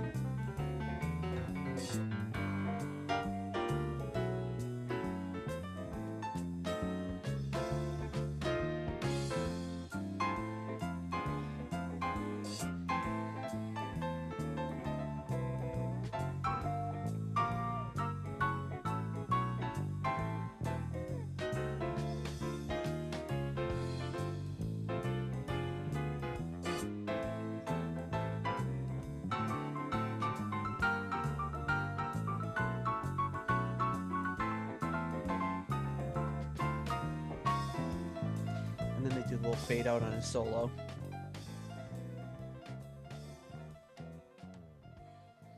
But man, that is such a odd song. It's like so many different weird parts to it, and it's amazing that it works as well as it does. But you've got two great piano players, two great piano solos, amazing singer, a very interesting arrangement, although a very formulaic arrangement. It doesn't like go any crazy places. It goes through all these parts, goes to the synth breakdown, goes to the jazz part, goes back to the vocal part, goes to the synth part, goes to the jazz part. Right. But I love that they go through that whole progression twice, and I just think it works really, really well. So anyway, that's She's a Woman. What do you say about She's a Woman, John? I have to think for a sec about my rating, because I really liked it. Screw it. I'll give it a 5. John, you did the right thing.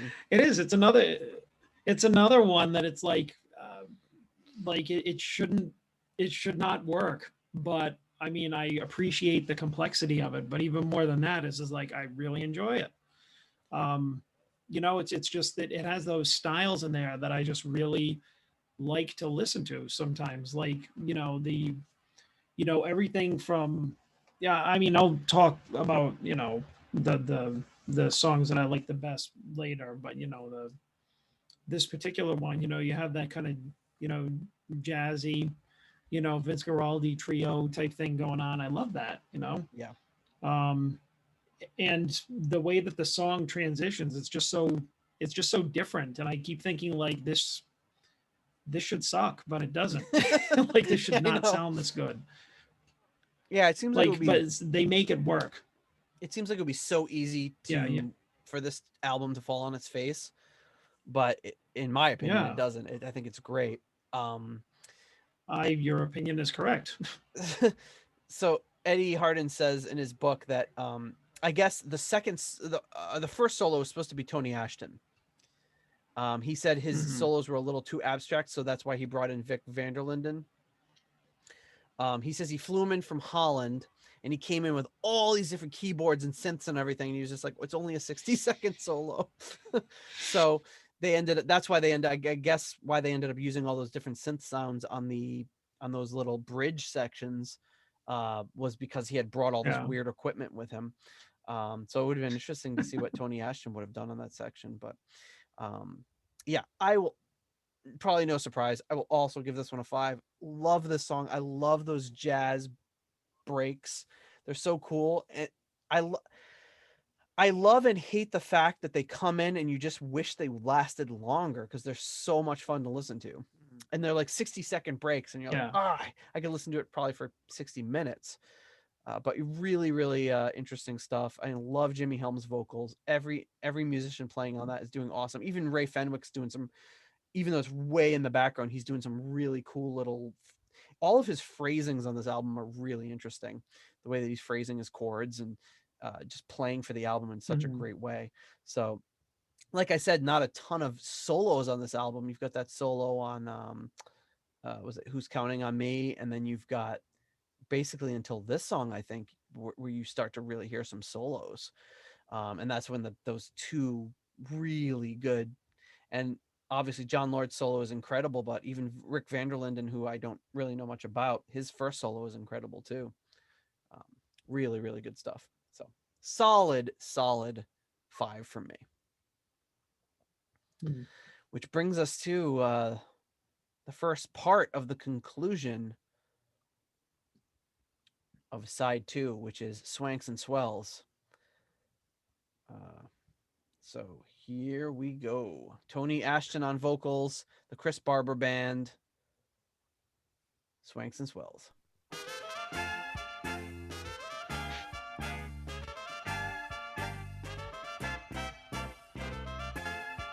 Very, very well done.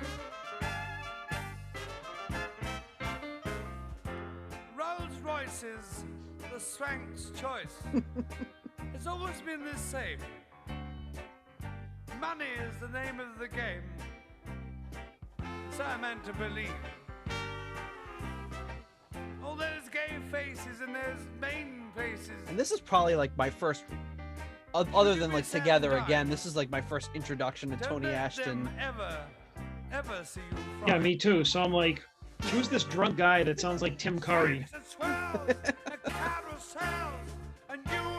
He does. Tim Curry could have sang this. He could have been on Rocky Horror. Totally.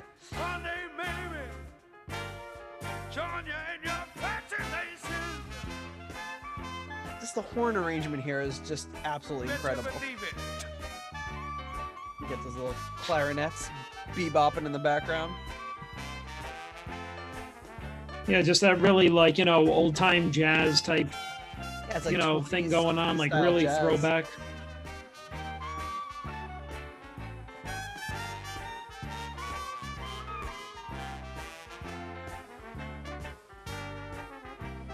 Swanks and swells, and those are wells. You and I will go out places. The diamond ladies drive you crazy, smiling from their painted faces. You rich as well as is sad. Well, I mean to leave it all behind. I love how he's Life is just for the basically living. talking through Now, don't this. be blind. I Yeah, he always is. find a place. A friend I'm not going to waste. But he does sing the chorus Lose though. my number. And then he of Don't course ever scats lose at my the end, which is great. face. Swanks and swells, and those carousels. You and I, you know I'm going places.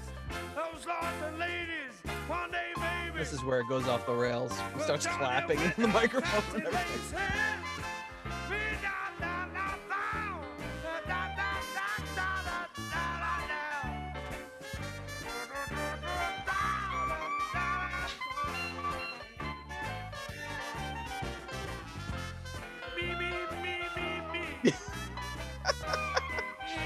That always gets me. Come on! Hey.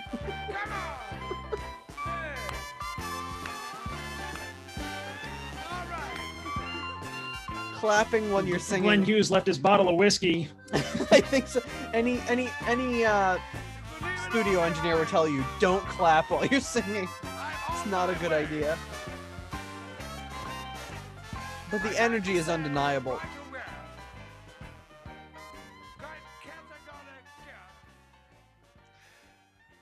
I mean, it's hard to beat that. You're rich as well as is sad. That's that is Swanks and Swells. That's like I feel like that lasted like 20 seconds. It was so short. I mean, it's like you listen to some of it and you're just like, okay, like I feel like I'm watching like a Woody Allen movie or something. Yeah, totally. That could be a Woody Allen soundtrack for sure. That whole that like just bebopping clarinet in the background. Yeah, from like when did he used a lot of that type of music? What, in his early 70s, I think? I mean, all of his Films? stuff. He's always got that like kind of Dixieland sort of stuff Yeah, going that's on. true. But before we Yeah, rank there it, you go. Dixieland. That's what I was thinking of. Yeah. before we rank it, Eddie Hart. This is the other song that Eddie Hardin claims is the first song that they recorded. He also says it was the second song they recorded, so I don't know what to believe. But he describes things as having gotten a little tetchy between him and Pete York at this time. Pete York had, I guess, been part of the Chris Barber band, and he said he used the band for the album, and Pete York demanded, you know, Pete York and Eddie Hardin go way back to Hardin York, old friends. But Pete had asked for £1,000 permission to use his photos that they took of him for the sleeve. So Eddie Hardin was like, "Screw you! You're not just gonna be on. You're just not gonna be on the cover." So you got all these other, everyone else. He said everyone else was happy to have Corinthia take their pictures, and that was fine. But he was like, I don't know, they were having a moment between the two of them. So Eddie says he co-wrote the lyrics with Selwyn Roberts, who was a close friend of Robin Nedwell, an actor on the show Doctor. Don't know what any of that is. I'm sure some of our British listeners will. Selwyn came up with the title, but Eddie said he'd preferred to have left it there. He said he didn't use much of Selwyn's lyrics.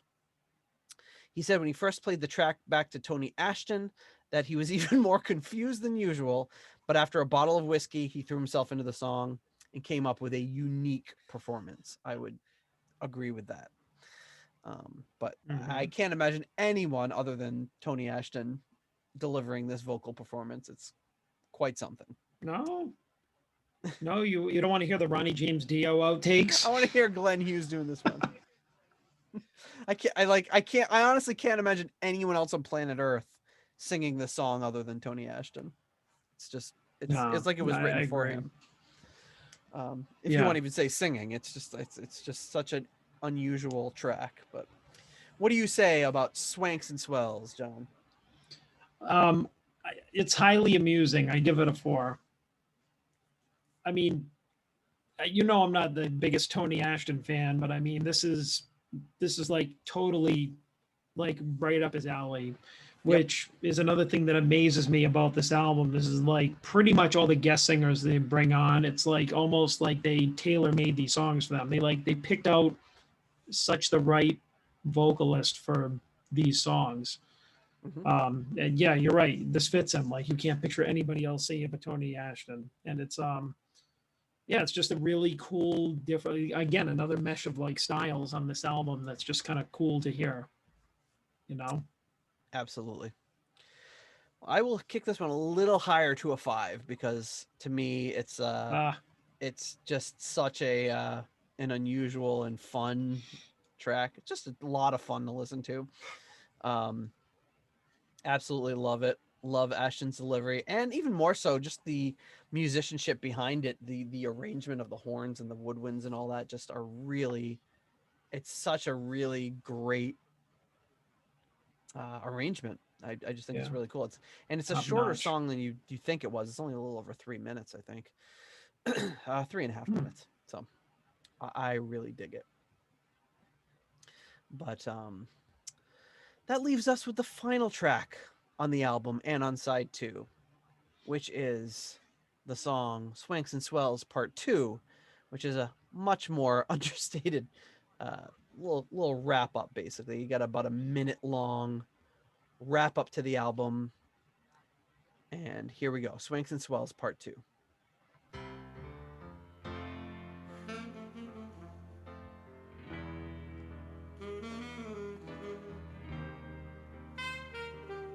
John Crocker on sax,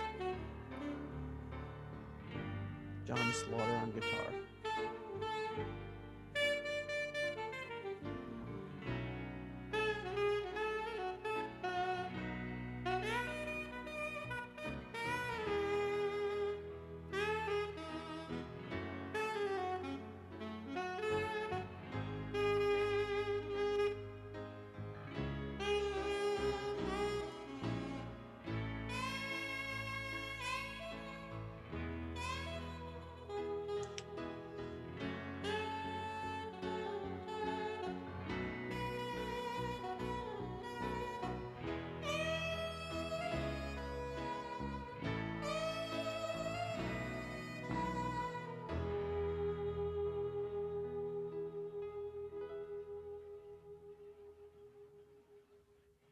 Nice.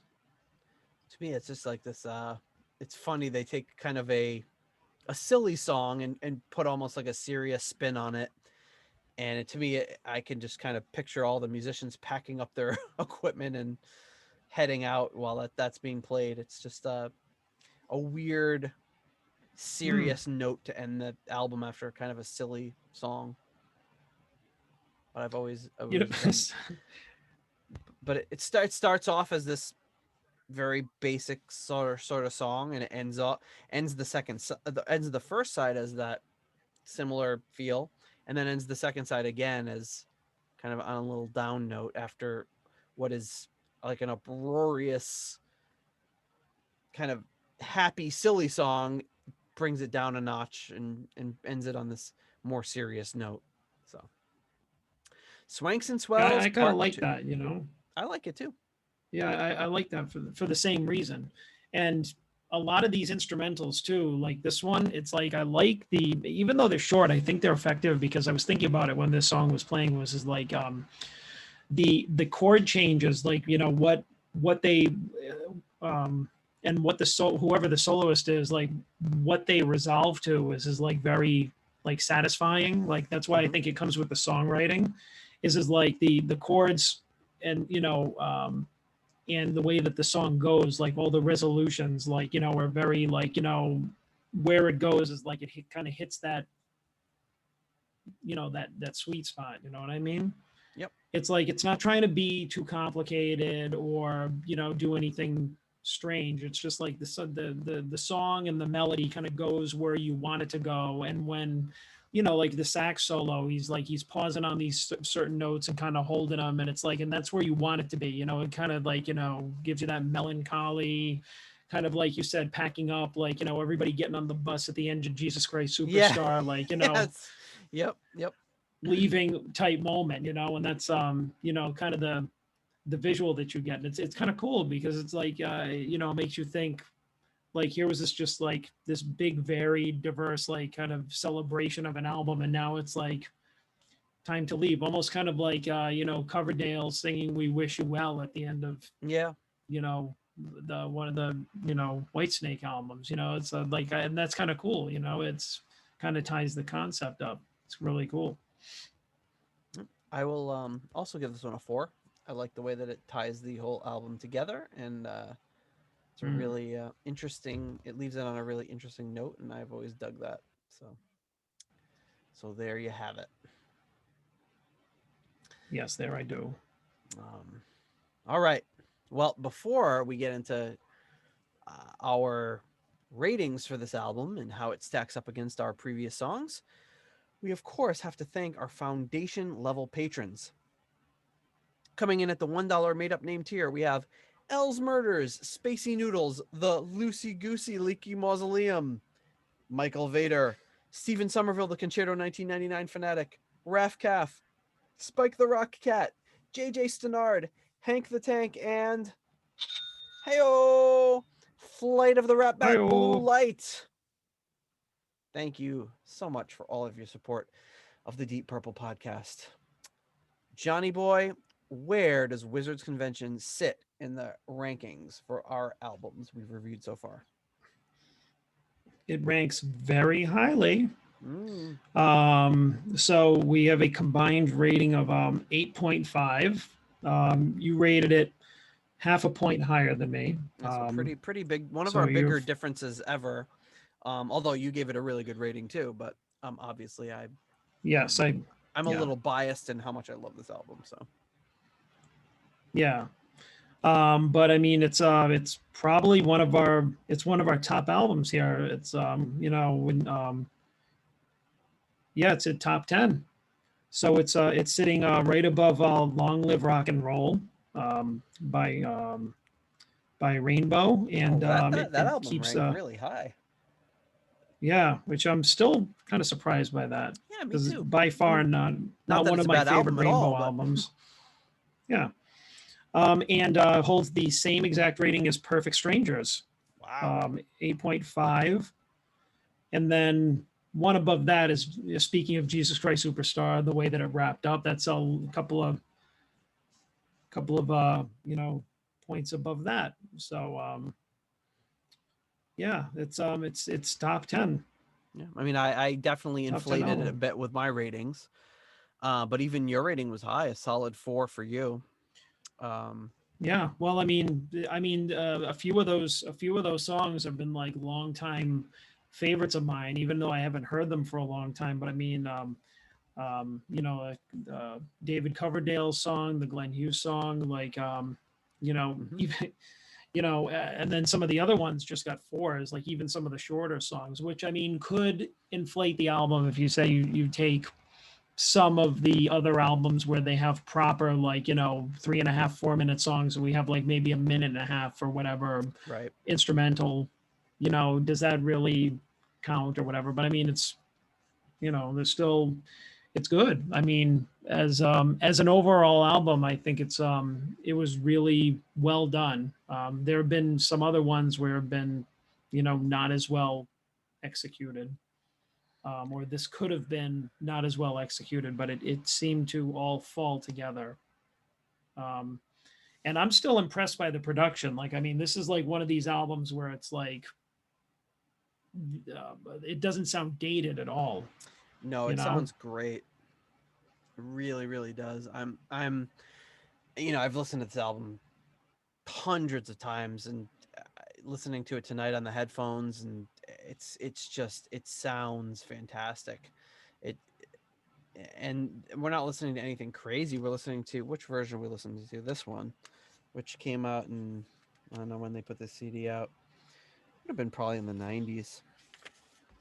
Oh, this is Which one? The one that we, no, not the one that we got, because that doesn't have all the tracks on it. well, this one does have all the tracks on it. We just listened to the ones from the album. So, uh, Right, right. yeah, I'm looking to see 1994. This is a 1994 CD release. It's got All it's got right. all the bonus tracks on it, the 7 additional bonus tracks, but we just listened to the 11 tracks on the album. And yeah, it just sounds fantastic. Right. So, I mean, yeah, I mean, you got an album that's, almost 30 years old, or, I mean, the version or the edition of it that came out almost 30 years ago. And it was um, like released 20 years prior to that. And I mean, still, it sounds as fresh today, Yep. I think. And I think that's due to everything that we talked about. Like, the songwriting is great. The players and the songwriters were all like top notch, and like the production and the engineering was just clearly done like phenomenally, which is, that's just an example of, when production goes right. And I think a lot of it too has to do with, is like, it wasn't rock music, Mhm. because I think a lot of what we had problems with, in older albums, is like that rock music production was kind of up and Yep. down, and this wasn't really rock. No. I mean, this was like traditional instruments that, like, people wouldn't have, maybe a more traditional engineer or producer wouldn't have, I would imagine not have as much problem trying to figure out, like, the piano on the first song just sounded amazing. It sounded Mhm. huge, you know, or like the Dixieland style, or the kind of like, calypso style, and all that kind of stuff. Was very, just so well done. I was like amazed at how much, like, I haven't heard this album in so long, and how much I enjoyed it. Yeah, I'm glad you did. I thought we would probably, I knew I was gonna swing the score a little high on this one, but I'm glad it wasn't as drastic as it could have been. But it's always been You, you thought I wasn't gonna like it no. as I thought much? you were gonna like it. I just didn't think you'd like it as much as I would, which I was great. Me too. So yeah, like you said, you've got those. The first side's got a bunch of poppy sort of songs. The second side has Hmm. much more intricate jazz and 20s style and all this. It's just, it's a, I guess I can understand why maybe it wasn't so popular, because it's such a weird album. But I think that's what I've always loved about it. It's diverse. Yeah, it's diverse. It's got all these crazy different singers and instrumentalists, and it's not trying to be anything other than what it is. And it's something I've always loved. Eddie Hardin. This kind of solidified my love of Eddie Hardin for me. And I don't know, I just always really, really connected with this album, and I'm glad that you enjoyed it, even partially as much as I did. Yeah. So after this album was released, Eddie Hardin says he and Chaz Watkins had to stitch it all together. So they had all these parts, songs like the song with Glenn Hughes. The which one is it?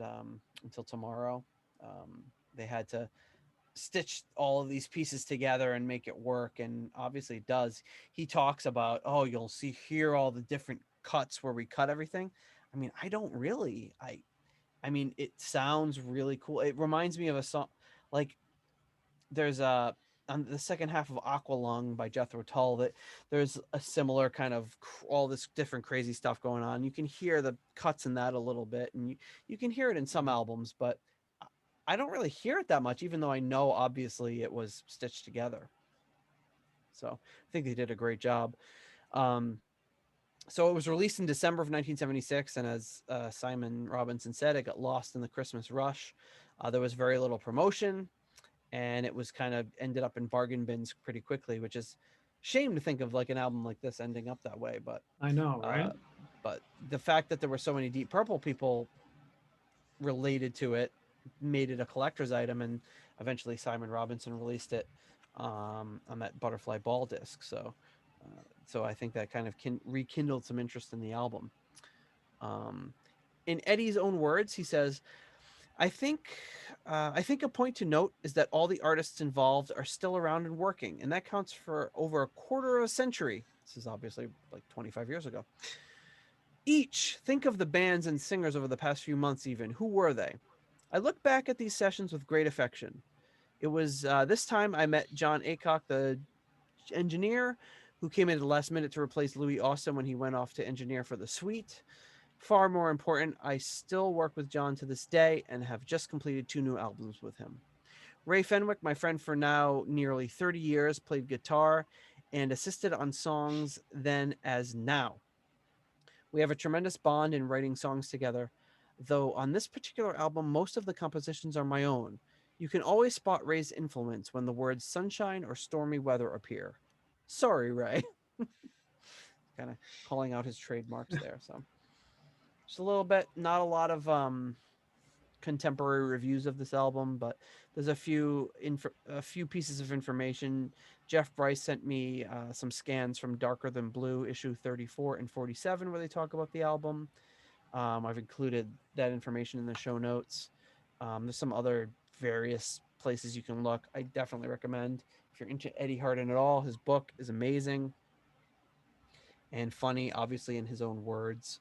He talks about a lot of stuff beyond this album, but again, always a really soft spot for this album. I'm glad you enjoyed it even partially as much as I did. And it's a special album. It's very different, even if it's maybe not your cup of tea. You'll definitely get something out of it because it's a pretty fun one. So I guess with that, we're going to wrap up yet another episode of the Deep Purple podcast.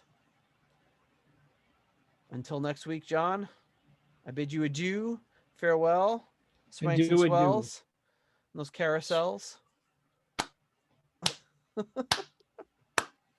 You better believe it. All right, John, I'll talk to you next week. I do.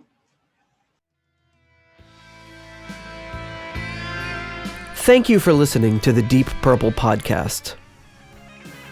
If you like what you hear and would like more episodes in the future, please donate on Patreon to support the show. You can also leave us a review in Apple Podcasts to help new people discover the show. You can follow us on YouTube, Instagram, Twitter, and Facebook for show updates. See deeppurplepodcast.com for more details. Thank you for listening.